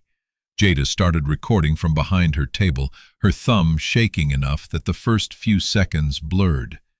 Evelyn looked from Wanda to Trent and back again, the receipt book still in her hand. Trent said he did not need a lecture. Wanda said she was not lecturing him. She was asking for the law. That was when he gave her the number. Richmond Market Ordinance 44-19. He said it prohibited suspicious handling of goods in a public market zone and authorized temporary custody to protect commercial trust. He said refusal to identify under that ordinance could be treated as obstruction. He said he had broad discretion. The words landed heavily because they sounded prepared, but Wanda's face changed, not dramatically. Her eyebrows drew together by the smallest degree, her head tilted just once. It was the expression attorneys in her courtroom feared more than anger, because it meant she had heard something that did not fit inside the law. She asked him to repeat the citation. He did. She asked whether he meant a city ordinance, a state code section, or a market rule. He told her not to play games. Wanda had spent decades reading statutes. She had seen real laws drafted badly, numbered, strangely, amended, carelessly, and quoted by people who half understood them. But she also knew the shape of municipal code. She knew how legal authority sounded when it had been written by a council, and how it sounded when it had been invented by a frightened ego trying to hold the floor. She told Trent, still calmly, that she did not believe the ordinance he had named existed. That sentence changed the morning. Trent took one step closer. The market noise thinned. Somewhere behind him, a blender at a smoothie truck kept running bright and absurd, chopping ice into a cheerful noise, while the people nearby stopped breathing normally. He told Wanda to put her hands where he could see them. Her hands were already visible. One held the handle of her canvas bag. The other rested open near her side. She lifted both, slowly, anyway. She said she would comply with lawful instructions. She asked him to call a supervisor and verify the ordinance before escalating. Trent heard the word lawful as an insult. He reached for the bag. Wanda did not yank it away. She tightened her fingers around the handle because there was a glass jar inside, and because human beings do not surrender their belongings easily to a stranger who has just invented a crime. The movement was small. In a calmer officer, it might have prompted a second instruction. In Trent, it became the excuse he was waiting for. He grabbed her wrist. The first sound was not Wanda's voice. It was the gasp from the crowd. He twisted her arm behind her back, with more force than the moment required. The canvas bag swung outward. The paper bag tore. Peaches dropped across the asphalt. One struck the wheel of the cruiser and rolled underneath. Another split slightly near the stem, its juice darkening the dust. Jada's phone captured her own sharp breath before she steadied it with both hands. Wanda's glasses slipped down her nose. She did not scream. That fact would be repeated later by people who admired her restraint, but Wanda would never describe it as admirable. She did not scream because her body had gone into a place older than language. She knew how quickly a black person's pain could be rewritten as aggression. She knew how easily a flinch could become resistance in a report. She knew the courtroom version of this moment before the handcuffs even touched her skin. So she made herself speak for the record. She said her name was Wanda Elaine Wallace. She said she had paid for the items. She said witnesses were present. She said the officer had cited an ordinance that did not exist. She asked that all body camera, market camera, and phone footage be preserved. Trent told her to stop performing. Then he cuffed her. The metal closed too tightly around her wrists. She inhaled through her nose and looked at the ground, because if she looked at the people watching, she was afraid she might see pity, and pity would be harder to survive than pain. Evelyn tried to step forward with the receipt. Trent pointed at her and warned her that interfering with an arrest could make her next. The flower vendor said the officer was making a mistake. Trent told him to back up. A teenage boy shouted that she had not done anything, and his mother pulled him behind her by the sleeve so fast he stumbled. That movement hurt Wanda in a place the cuffs could not reach. The mother was not wrong to be afraid. Fear had done exactly what fear was trained to do. Sergeant Mercer arrived 7 minutes later. By then, Trent had Wanda beside the cruiser. Her bag sat on the ground, open rosemary bread half out of its paper sleeve, pepper jelly glittering in the sun, as if nothing terrible could happen around something so ordinary. 2 officers had created a loose circle with their bodies. People were recording openly now. The market manager, a thin man named Howard Bell, held a clipboard against his chest like it might protect him from choosing a side. Mercer got out of his vehicle with the weary irritation of a man called to clean up a problem, not discover the truth. He spoke first to Trent. That mattered. He did not ask Wanda whether she was hurt. He did not ask the vendor whether the goods were paid for. He did not ask why a woman accused of stealing peaches was standing in cuffs while the seller stood 5 feet away holding proof of payment. He spoke to his officer, first nodded, while Trent gave a breathless version of events, then looked at Wanda as if the story had already hardened around her. Trent said she had been concealing goods, refusing to identify, and obstructing a market integrity inquiry under Ordinance 44-19. Mercer did not blink at the fake number. Maybe he did not know it was fake. Maybe he did and decided not to know. In institutions, willful ignorance often arrives dressed as efficiency. Wanda asked Mercer to verify the ordinance before allowing an unlawful arrest to continue. Mercer told her she could explain herself at the station. That sentence has done terrible work in American life. You can explain it later. At the station, in court, after the cuffs, after the booking photo, after your name is entered, after the first version of you has already been written by someone else. Wanda looked at Mercer for a long moment. She saw a man old enough to know better and tired enough to pretend that knowing better was a luxury. She saw the vendors watching him, waiting to learn whether rank would correct recklessness or shield it. He chose the shield. Wanda did not tell them she was a judge. People would argue about that later. Some said she should have said it immediately. Some said she should have used every ounce of status she had to stop the arrest before it went further. Wanda understood the argument. There had been a moment with Trent's hand on her wrist when the words rose in her mouth. I am a judge, but she swallowed them, not out of pride, out of recognition. If her safety depended on a title, then the next woman without one would still be in danger. If the law mattered only when power announced itself, then it was not law. It was courtesy for the recognized. So she gave her name. She gave the facts. She gave them every chance to behave lawfully without being impressed. They put her in the back of the cruiser anyway. The ride to the station lasted 14 minutes. Wanda knew because the dashboard clock was visible through the grate and because counting time helped her keep her breathing steady. the cuffs pressed into the bone at her wrist each time the car turned. Trent drove too fast over one pothole and apologized to no one. Mercer followed behind them. Richmond moved past the window in fragments, brick row houses, a mural of a woman with blue flowers in her hair, a man pushing a stroller under a sycamore, a bus stop where 3 people turned to look as the cruiser passed.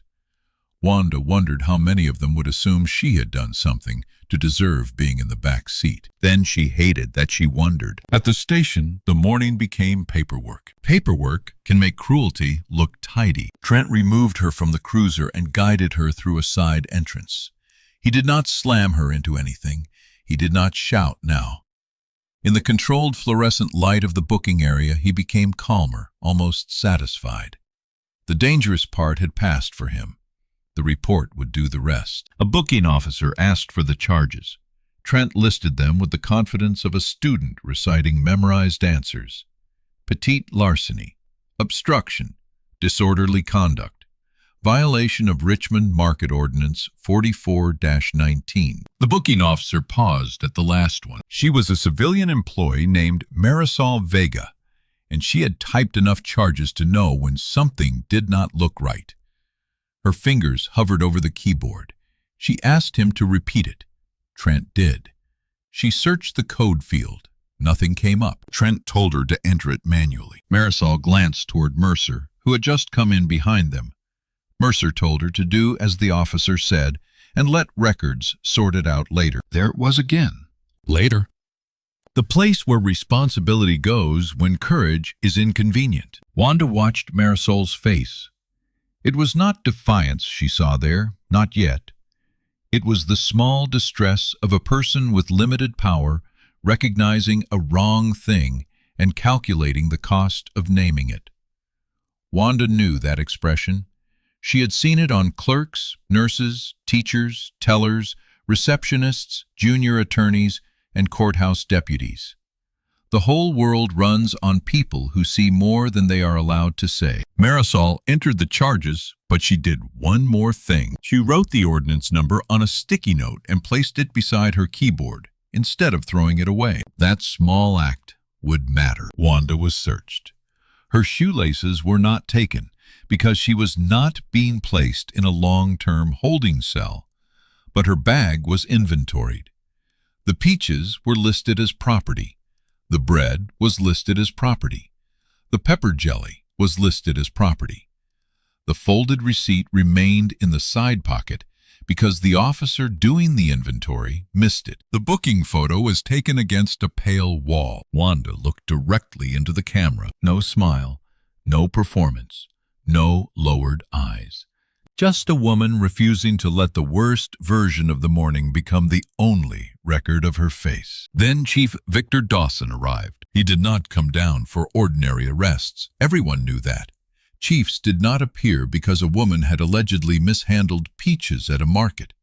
But word traveled fast inside a department, especially when the officer involved carried a chief's last name. By the time Victor Dawson walked through the booking area, Trent had already sent him a message.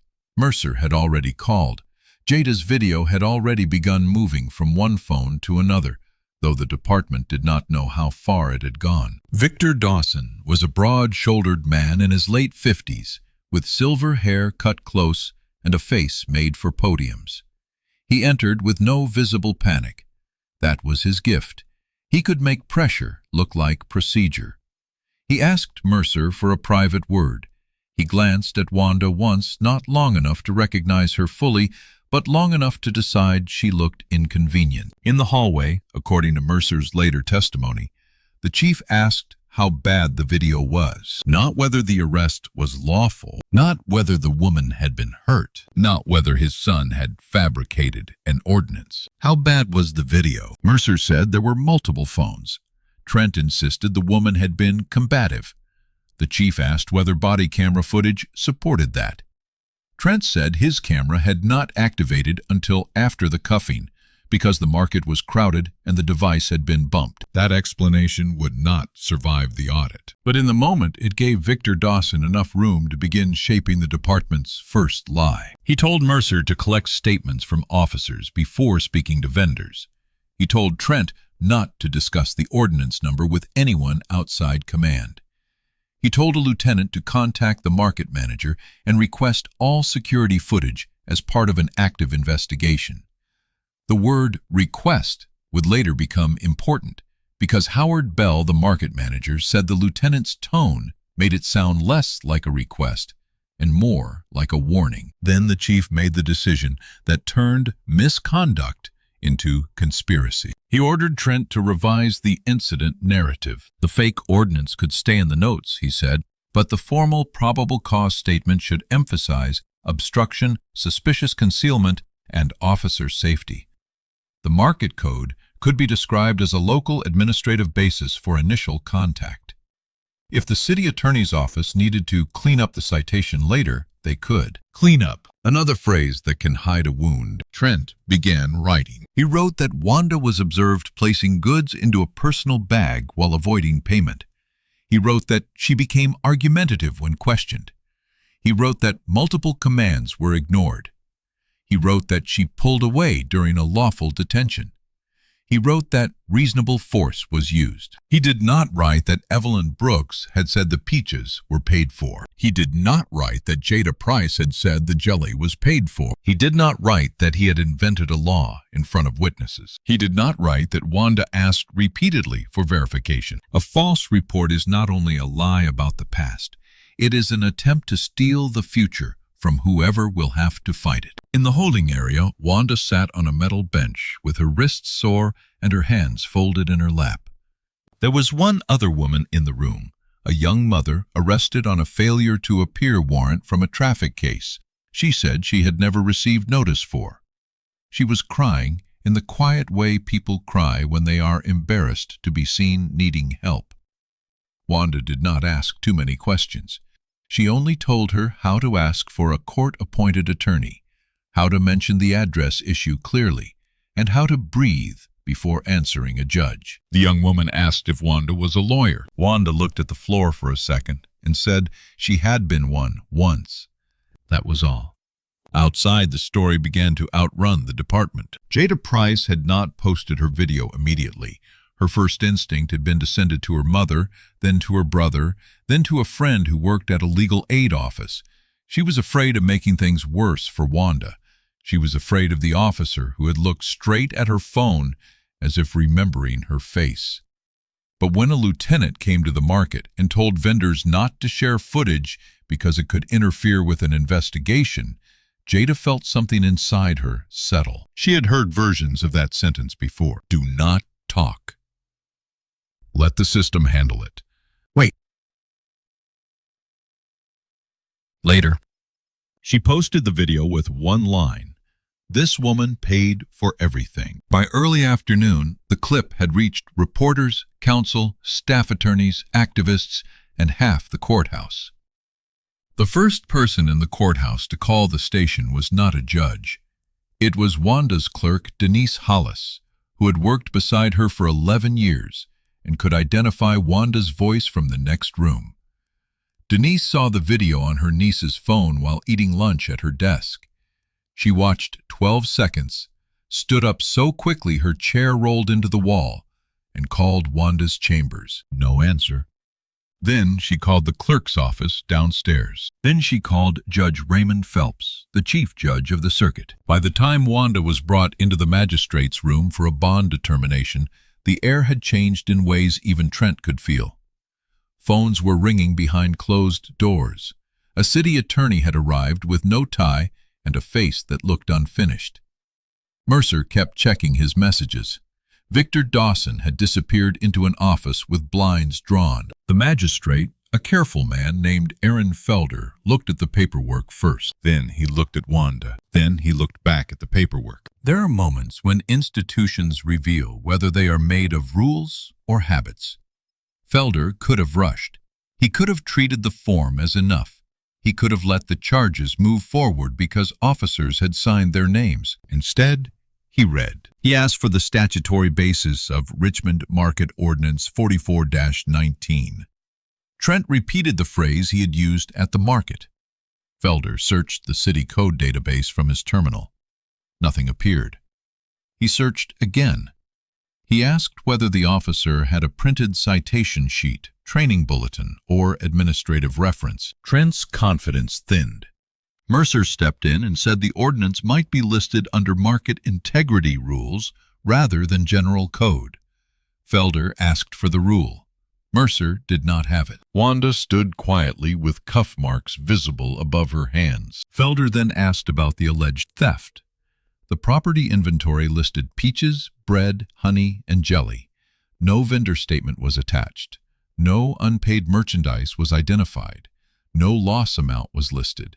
No complainant was named. Trent said the vendors had been uncooperative. At that exact moment, Evelyn Brooks arrived at the station, holding the receipt book. She had come with Jada, the flower vendor, and a legal aid attorney who had seen the video online and driven over so fast she forgot her umbrella in the market parking lot. They were not allowed into the magistrate's room at first, but they were in the lobby, and they were loud enough in the polite, documented way that makes officials nervous. Evelyn had the duplicate receipt. Jada had the full video. The flower vendor had written down the badge number. Howard Bell, the market manager, had brought security footage on a thumb drive after deciding he would rather lose a city permit than lose his own reflection in the mirror. The station could no longer pretend the market was somewhere else. Felder removed his glasses and looked at the officers. He dismissed the fake ordinance first because there was nothing to dismiss. It did not exist. He declined to find probable cause for theft because the alleged victim said there had been no theft. He declined to find probable cause for obstruction because asking for the legal basis of a detention is not obstruction. He ordered Wanda released. Only then, as the cuffs were removed, did Judge Phelps arrive with Denise Hollis behind him. The title entered the room quietly. Denise did not shout it. Judge Phelps did not make a speech. He simply walked to Wanda, looked at the marks on her wrists, and addressed her the way the law had addressed her for years. Judge Wallace. The room seemed to lose a sound. Trent Dawson turned his head. Mercer looked at the floor. The city attorney closed his eyes for half a second, as if the future had just become visible and expensive. Wanda did not look triumphant. That disappointed some people later when they watched the lobby footage. They wanted the satisfaction of a dramatic reveal, a moment where the humiliated woman became powerful, and the men who harmed her shrank beneath the weight of her title. But real dignity is often quieter than audiences expect. Wanda thanked the magistrate for reading the record. Then she asked whether the young woman in the holding room had been given the address correction form she needed. That was Wanda. Even standing there with bruised wrists, she remembered who else was still trapped in the machinery. The department released a statement at 3:40 that afternoon. It was 3 paragraphs long and almost entirely useless. It referred to an incident at a local market. It said officers had responded to a possible theft. It said the individual was released after further review. It said the department took all allegations seriously. It did not name Wanda. It did not name Trent. It did not mention the fake ordinance. It did not mention the videos. It did not mention that the person arrested was a sitting judge. By 4:05, everyone knew anyway. The video had reached local news. The legal aid attorney had given a short statement on the sidewalk. The market vendors had spoken to reporters with the stubborn clarity of people who had nothing to gain by lying. Evelyn held the receipt book up to a camera and said Wanda had paid like she always did. Jada described the fake ordinance, then played the audio where Trent repeated it. Howard Bell confirmed that the market had no such rule and that police command had requested footage after the arrest. Public outrage arrived quickly, but outrage is not justice. Wanda knew that better than anyone. She had seen fury burn hot and vanish before a court date. She had seen institutions survive scandal by waiting for the public to get tired. She had seen good people mistake attention for repair. So when reporters called her house that evening, she did not answer. When friends offered to organize a rally, she thanked them and asked them to make sure the vendors were not harassed. When an old law school classmate texted that she could own the whole city by Monday, Wanda put the phone face down. She sat at her kitchen table with Aunt Lena, who had come over with a casserole no one wanted and the sharp moral clarity of a 90-year-old woman who had lived through too much to be impressed by official statements. Aunt Lena examined Wanda's wrists under the kitchen light. She did not cry. She made a sound through her teeth, wrapped ice in a dish towel, and said the department had picked the wrong woman's Saturday. Wanda almost laughed. Then she did cry. Not loudly, not for long, just enough for the body to admit what the face had refused all day. The next morning, Wanda requested temporary recusal from any cases involving the department. She did it in writing. She named the conflict plainly. She asked that an independent special prosecutor review the incident and any related misconduct. She asked that all video, radio traffic, body camera logs, dispatch notes, internal messages, and report drafts be preserved. That preservation letter was the first stone in the road back to truth. Within 48 hours, the mayor announced an outside investigation led by the State Police Public Corruption Unit and a special prosecutor from outside Richmond. The Federal Civil Rights Division opened a parallel review. The department tried to sound cooperative. Victor Dawson stood at a podium and said he welcomed transparency. By then, investigators already had the first draft of Trent's report. Marisol Vega had saved more than the sticky note. After Wanda's release, Marisol had gone back into the record system and noticed that Trent's first narrative had been edited. The fake ordinance number had been softened. The phrase "market integrity inquiry" had been added later. The timestamps showed the changes occurred after Chief Dawson arrived. Marisol did not know what to do with that information at first. She had a mortgage. She had 2 children. She had worked in the department long enough to know that whistleblowers are praised in speeches and punished in schedules. But she also remembered Wanda's face in the booking photo. So she printed the audit log, placed it with the sticky note, and gave both to the special prosecutor. That was how the cover-up began to crack. The body camera audit widened the break. Trent had claimed the camera failed to activate during the initial contact. The device log showed something more damaging. The camera had been active when he approached Wanda, then manually muted for 47 seconds. It activated fully again after the handcuffs were on. During the muted section, Jada's phone captured the fake ordnance citation and the wrist grab. The body camera did not save his words, but it saved the timing of his silence. In court, that silence would speak. The market security footage showed no concealment. The dispatch log showed no theft complaint before Trent initiated contact. Evelyn's receipt book showed payment at 9:18. Jada's videos showed Trent citing a non-existent ordinance at 9:21. The cruiser GPS showed Wanda was transported at 9:36. The report claimed the initial detention began after vendor concern at 9:24. There had been no vendor concern. Line by line, the official story became less like a mistake and more like a construction project. Investigators interviewed Trent 3 times. In the first interview, he insisted he had been trained on the ordinance. In the second, he said he might have confused a market rule with a city code. In the third, after being shown training records, he admitted he had heard older officers use the phrase market integrity as a joke for suspicious shoppers, but he could not name a legal source. When asked why he arrested Wanda after vendors confirmed payment, he said she had challenged his authority in a volatile environment. That phrase stayed with Wanda when she read the transcript months later. Challenged his authority. Not threatened public safety, not harmed a person, not stolen goods. Challenged his authority. There are people who reveal themselves most clearly when they think they are explaining. Mercer tried to survive by narrowing his role. He said he arrived after the initial detention and relied on Trent's account. That might have worked if not for Evelyn's video, where Mercer could be heard refusing to look at the receipt. It might have worked if not for Jada's recording, where Wanda asked him to verify the ordinance and he told her to explain it at the station. It might have worked if he had not signed the probable cause summary with the fake code still attached. Victor Dawson's defense was more polished. He said he had not ordered anyone to lie. He said he had only advised his officers to document the facts clearly. He said any report edits were routine.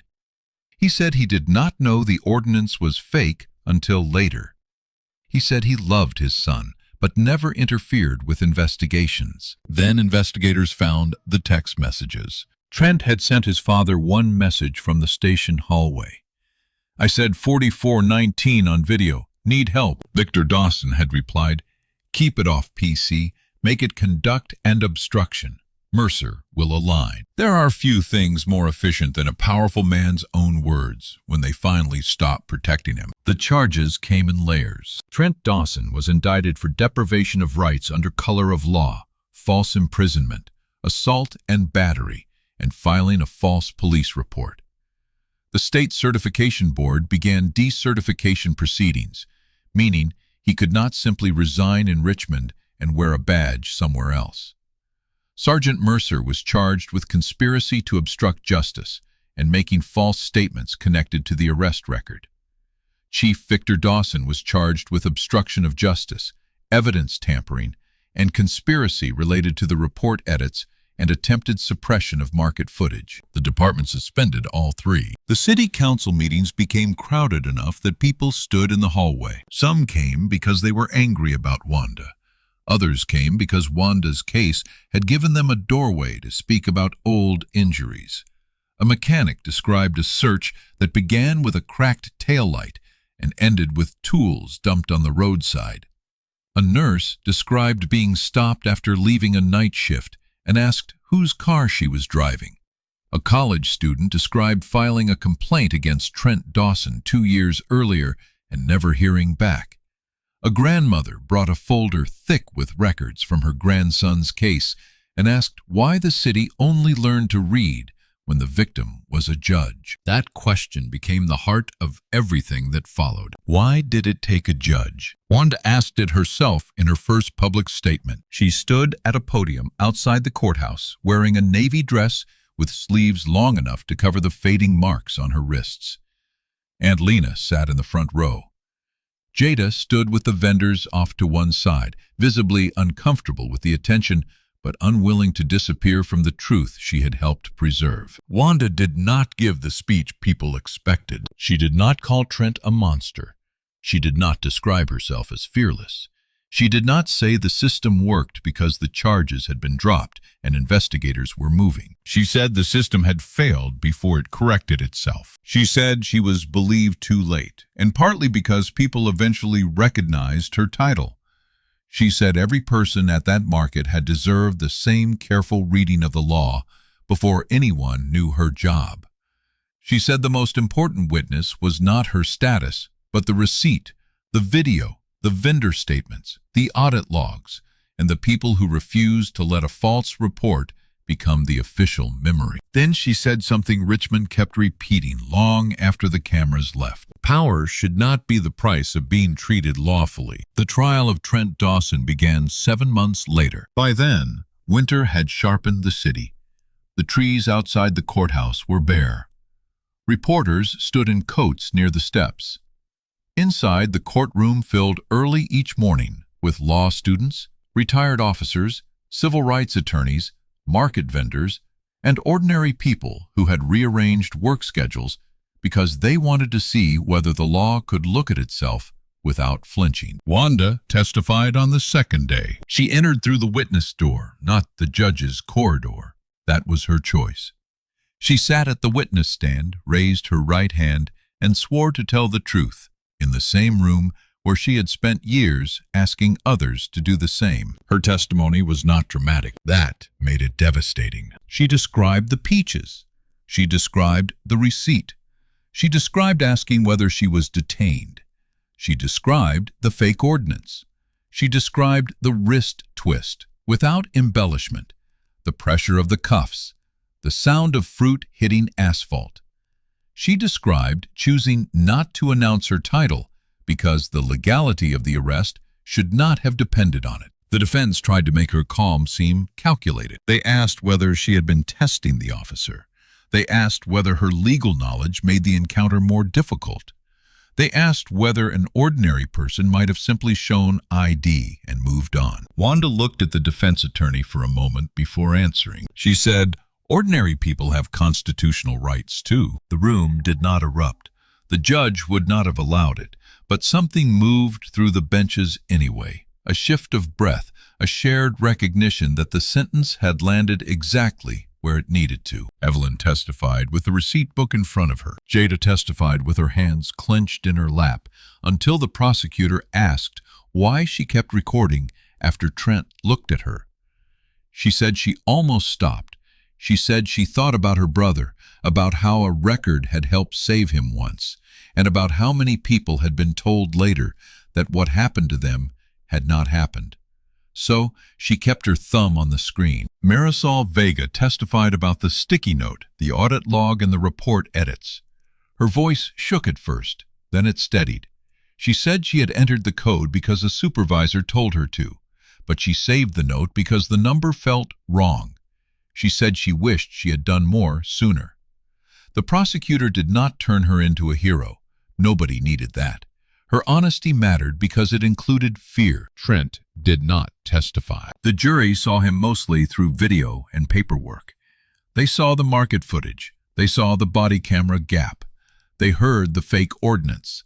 They saw his report beside the receipt, his claims beside the witnesses, his father's text beside the revised narrative. The verdict came after 9 hours. Guilty on deprivation of rights under color of law. Guilty on false imprisonment. Guilty on assault and battery. Guilty on filing a false report. At sentencing, Trent apologized in the careful way people apologize when prison is listening. He said he had been under pressure. He said he had feared losing control of the scene. He said he made a terrible mistake. Wanda asked to speak. She did not ask the judge for revenge. She did not pretend mercy meant absence of consequence. She said Trent's choices had harmed her body, her name, the vendors, the department, and every officer who did the job with honesty. She said the sentence needed to tell the next young officer that a badge cannot turn humiliation into law. Trent Dawson was sentenced to 30 months in federal custody followed by supervised release. He lost his certification. He was barred from law enforcement employment.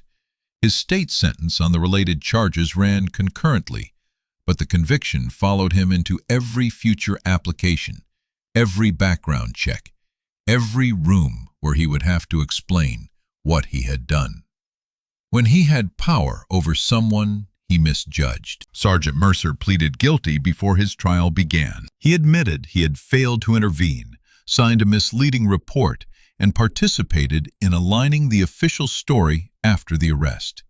He received 12 months and 1 day in prison, a sentence long enough to carry the weight of a felony, and short enough to remind the public that cooperation had consequences too. He was decertified. His pension was reduced under misconduct provisions. More painful to him, perhaps, was the public release of prior complaints he had helped bury. Chief Victor Dawson fought longer. Men like him often do. They have spent too many years confusing survival with innocence. His attorneys argued that he had been a father first, a chief, under pressure, a leader, trying to prevent public panic. The jury saw the texts. They heard Howard Bell describe the footage request. They heard Mercer's testimony. They heard a records technician explain how the report edits moved through command review. Victor Dawson was convicted of obstruction of justice, evidence tampering, and conspiracy. He resigned before sentencing, though he described it as retirement, until the judge corrected the word from the bench. He received 46 months in prison. He lost his command pension enhancement. The court ordered a public notice to be sent to defendants in cases where his command staff had handled contested misconduct complaints, so attorneys could review whether hidden credibility issues mattered to old convictions. That last order did not make headlines as loudly as the prison sentence, but Wanda considered it one of the most important outcomes, because justice is not only punishment for the visible harm, it is also opening the locked rooms where older harm may still be waiting. The civil settlement came months later. The city agreed to compensate Wanda, Evelyn, Jada, and others affected by the unlawful arrest and attempted suppression. Wanda accepted only after insisting that a substantial portion fund independent complaint assistance vendor, legal education, and a public data system tracking stops, searches, uses of force, body camera compliance, and complaint outcomes. Some people called that generous. Wanda did not. She called it practical. Money paid to her alone could acknowledge an injury.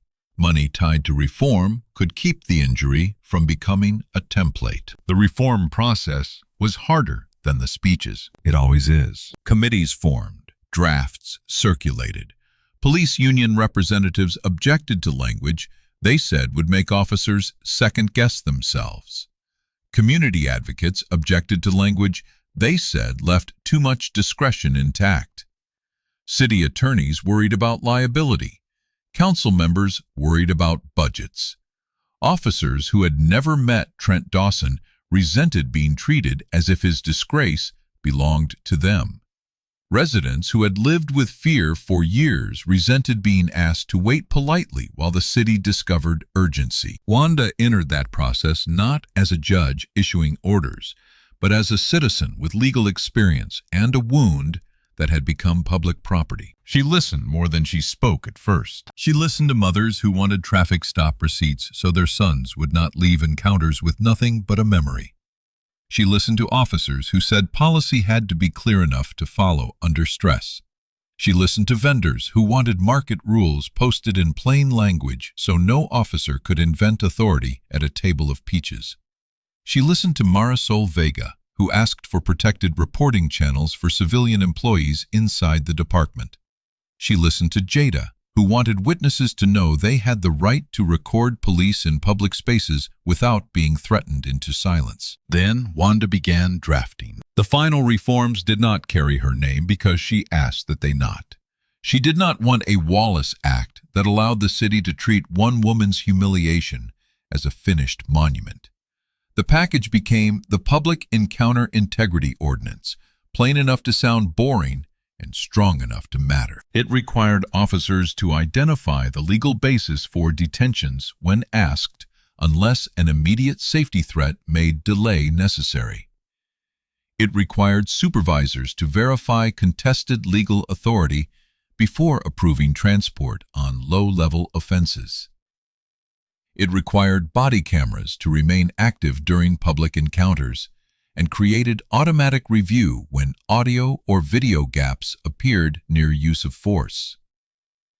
It required written stop receipts with time, location, officer name, and stated legal basis. It created a protected witness policy, making it a disciplinary offense to threaten people for recording lawful public activity. It required public quarterly data on stops, searches, arrests, force complaints, findings, and discipline, broken down by race, age, gender, location, and officer unit. It gave civilian records employees a confidential path to flag false or irregular charges. It required referral to the State Decertification Board within 48 hours when misconduct met statutory criteria. It created an independent review panel with subpoena authority, not just listening sessions and polite recommendations. It funded legal rights cards at markets, libraries, bus stations, schools, and recreation centers, written in plain English and Spanish. It required scenario training built from real incidents, including Wanda's, but only after she insisted the training not turn her into a symbol officers could pity for an hour and forget. The point was not that Trent Dawson had embarrassed the department by arresting a judge. The point was that he had violated the law before he knew she was one. The first training session was held in a community center gym. that smelled faintly of floor wax and old basketballs. Wanda stood before a room of officers, supervisors, dispatchers, records, staff, and market managers.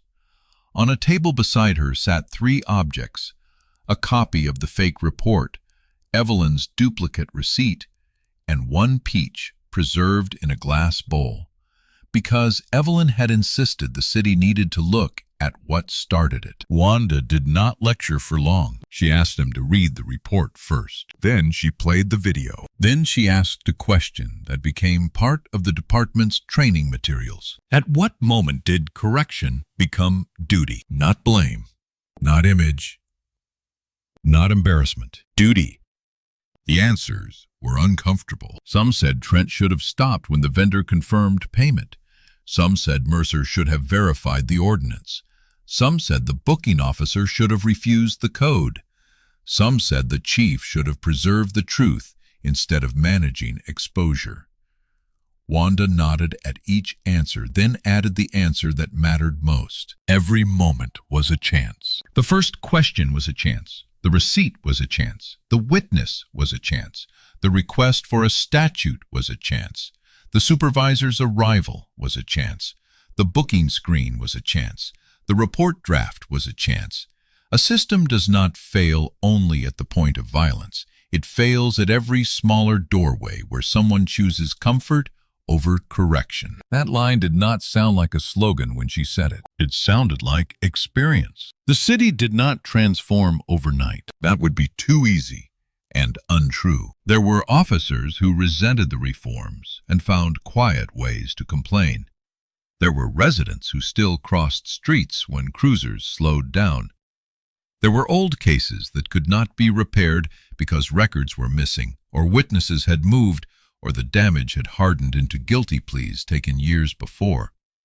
There were meetings where Wanda came home tired enough to sit in her car for 5 minutes before walking inside. Her wrist healed, but not completely. On damp mornings, a faint ache returned where the cuff had pressed wrong. She kept the original market receipt in a drawer beside her mother's pencil jar. For a while, she could not buy peaches without seeing them scatter across asphalt. Aunt Lena told her that was because the body keeps minutes the clock has finished with. Wanda returned to the bench gradually. The first time an officer testified in her courtroom after the incident, everyone watched her face. She hated that.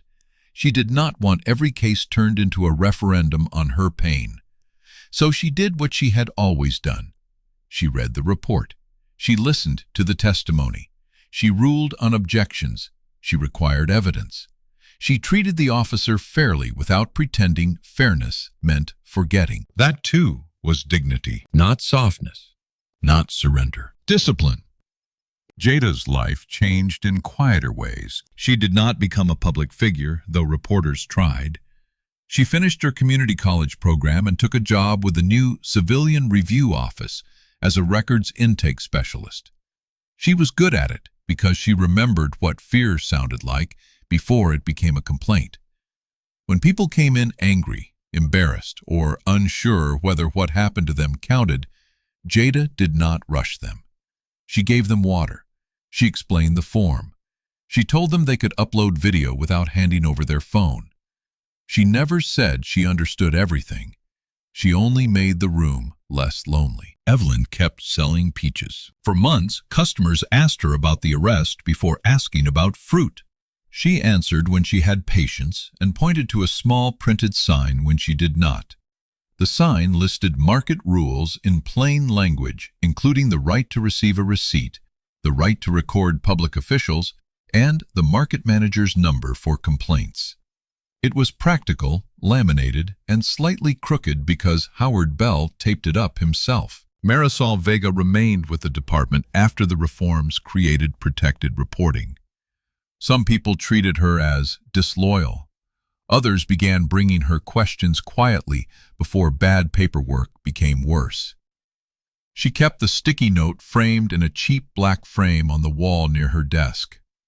Not where the public could see it, where employees could. The note had only one thing written on it: 44 to 19. A fake law with a question mark after it. Sometimes That is where justice begins. 1 year after the arrest, Wanda went back to the farmer's market on a Saturday morning. She had returned before, but always quickly, always with someone else, always with a feeling that people were watching her try to be normal. This time, she went alone. She parked 2 blocks away, same as before. The air was cooler than it had been that day, with early autumn just beginning to loosen the summer from the trees. She carried the same green canvas bag because she refused to let it become a relic. The market was busy. Bread, tomatoes, flowers, coffee, children, dogs, tugging leashes, music from a man playing guitar near the corner. Richmond moving through its ordinary hunger. Near the entrance, a young officer stood beside a booth handing out small cards about public encounter rights. He looked nervous, not because he was afraid of the crowd, but because he wanted to do it right. When an older man asked whether the card meant people could argue with police now, the officer did not get defensive. He said people had always had rights, and the department was trying to get better at honoring them. Wanda heard it as she passed. She did not stop. She did not thank him. The point of reform was not to make ordinary professionalism feel heroic. At Evelyn's table, the peaches were nearly gone. Evelyn looked up, saw Wanda, and did not make a fuss. That was one of the reasons Wanda loved her. She simply reached under the table and brought out a small paper bag she had been saving. 6 peaches, firm, fragrant, not too soft. Wanda laughed under her breath and asked how much. Evelyn told her $7.80, same as before. The price had changed twice that season. Evelyn had set it back that morning on purpose. Wanda paid with $8. Evelyn gave her the receipt, and this time 20 cents change. She said she was not keeping anything extra until Wanda agreed the transaction was fully documented. They both smiled, but carefully. Some jokes are made of scar tissue. Wanda placed the peaches into her canvas bag. One had a tiny bruise near the stem. She almost traded it for another, then stopped. She kept that one. On her way out, she passed Jada at the review office table, helping a man scan a document with his phone. Howard Bell was taping up a new corner of the rules sign because humidity had loosened it again. A little girl ran past with a honey stick in one hand and her grandmother's fingers in the other. The young officer moved aside to let them through without making himself the center of the path. Nothing about the morning was perfect. That was why it felt real. The city had not been washed clean by one verdict. No verdict can do that. There were still hard stops, hard histories, people who doubted, people who resisted, people who wanted reform only if it cost them nothing. But there was also a receipt in Wanda's hand. A real law where a fake one had been, a witness policy where a threat had been, a data dashboard where silence had been, a complaint window open on Saturdays because working people could not always come on weekdays, a young officer learning that authority becomes stronger, not weaker, when it tells the truth about its limits. Wanda walked back to her car slowly. At the corner, she looked toward the spot where Unit 219 had been parked a year earlier. There was no cruiser there now. Only a chalk drawing left by a child, half faded under shoe prints. A sun with uneven rays and blue lines that might have been rain. She thought about the peach under the tire. For a long time, that was the image people remembered because it was easy to hold. Fruit on asphalt. A woman in cuffs. A young officer saying a law that did not exist. But Wanda knew the deeper image was not the peach falling. It was the hands that reached afterward. Jada's hand holding the phone steady. Evelyn's hand gripping the receipt book. Marisol's hand placing a sticky note beside a keyboard. A magistrate's hand refusing to sign what he had not read. A city, imperfect and late, putting its hands back on the machinery and asking what had been built wrong. That was how dignity survived. Not because injustice failed to touch it. Injustice had touched Wanda Wallace in public, in daylight, in front of peaches and children, and people who would remember where they were standing. Dignity survived because she did not let the false story become the final story. Because witnesses refused to be managed into silence. because the law, once dragged into the light, still had enough honest servants to correct the lie. Because a woman who had every reason to turn her pain into private victory chose instead to make it harder for the next officer to invent power out of thin air. Wanda placed the peaches on the passenger seat. Before starting the car, she took the receipt from the bag and looked at it. The paper was thin. The ink would fade. It was not beautiful. It was not grand. It would never hang in a museum or appear on the seal of a court. But it told the truth. 6 peaches, $7.80, paid in full. And sometimes after a city has been forced to look at itself, the smallest honest record can feel like the beginning of repair.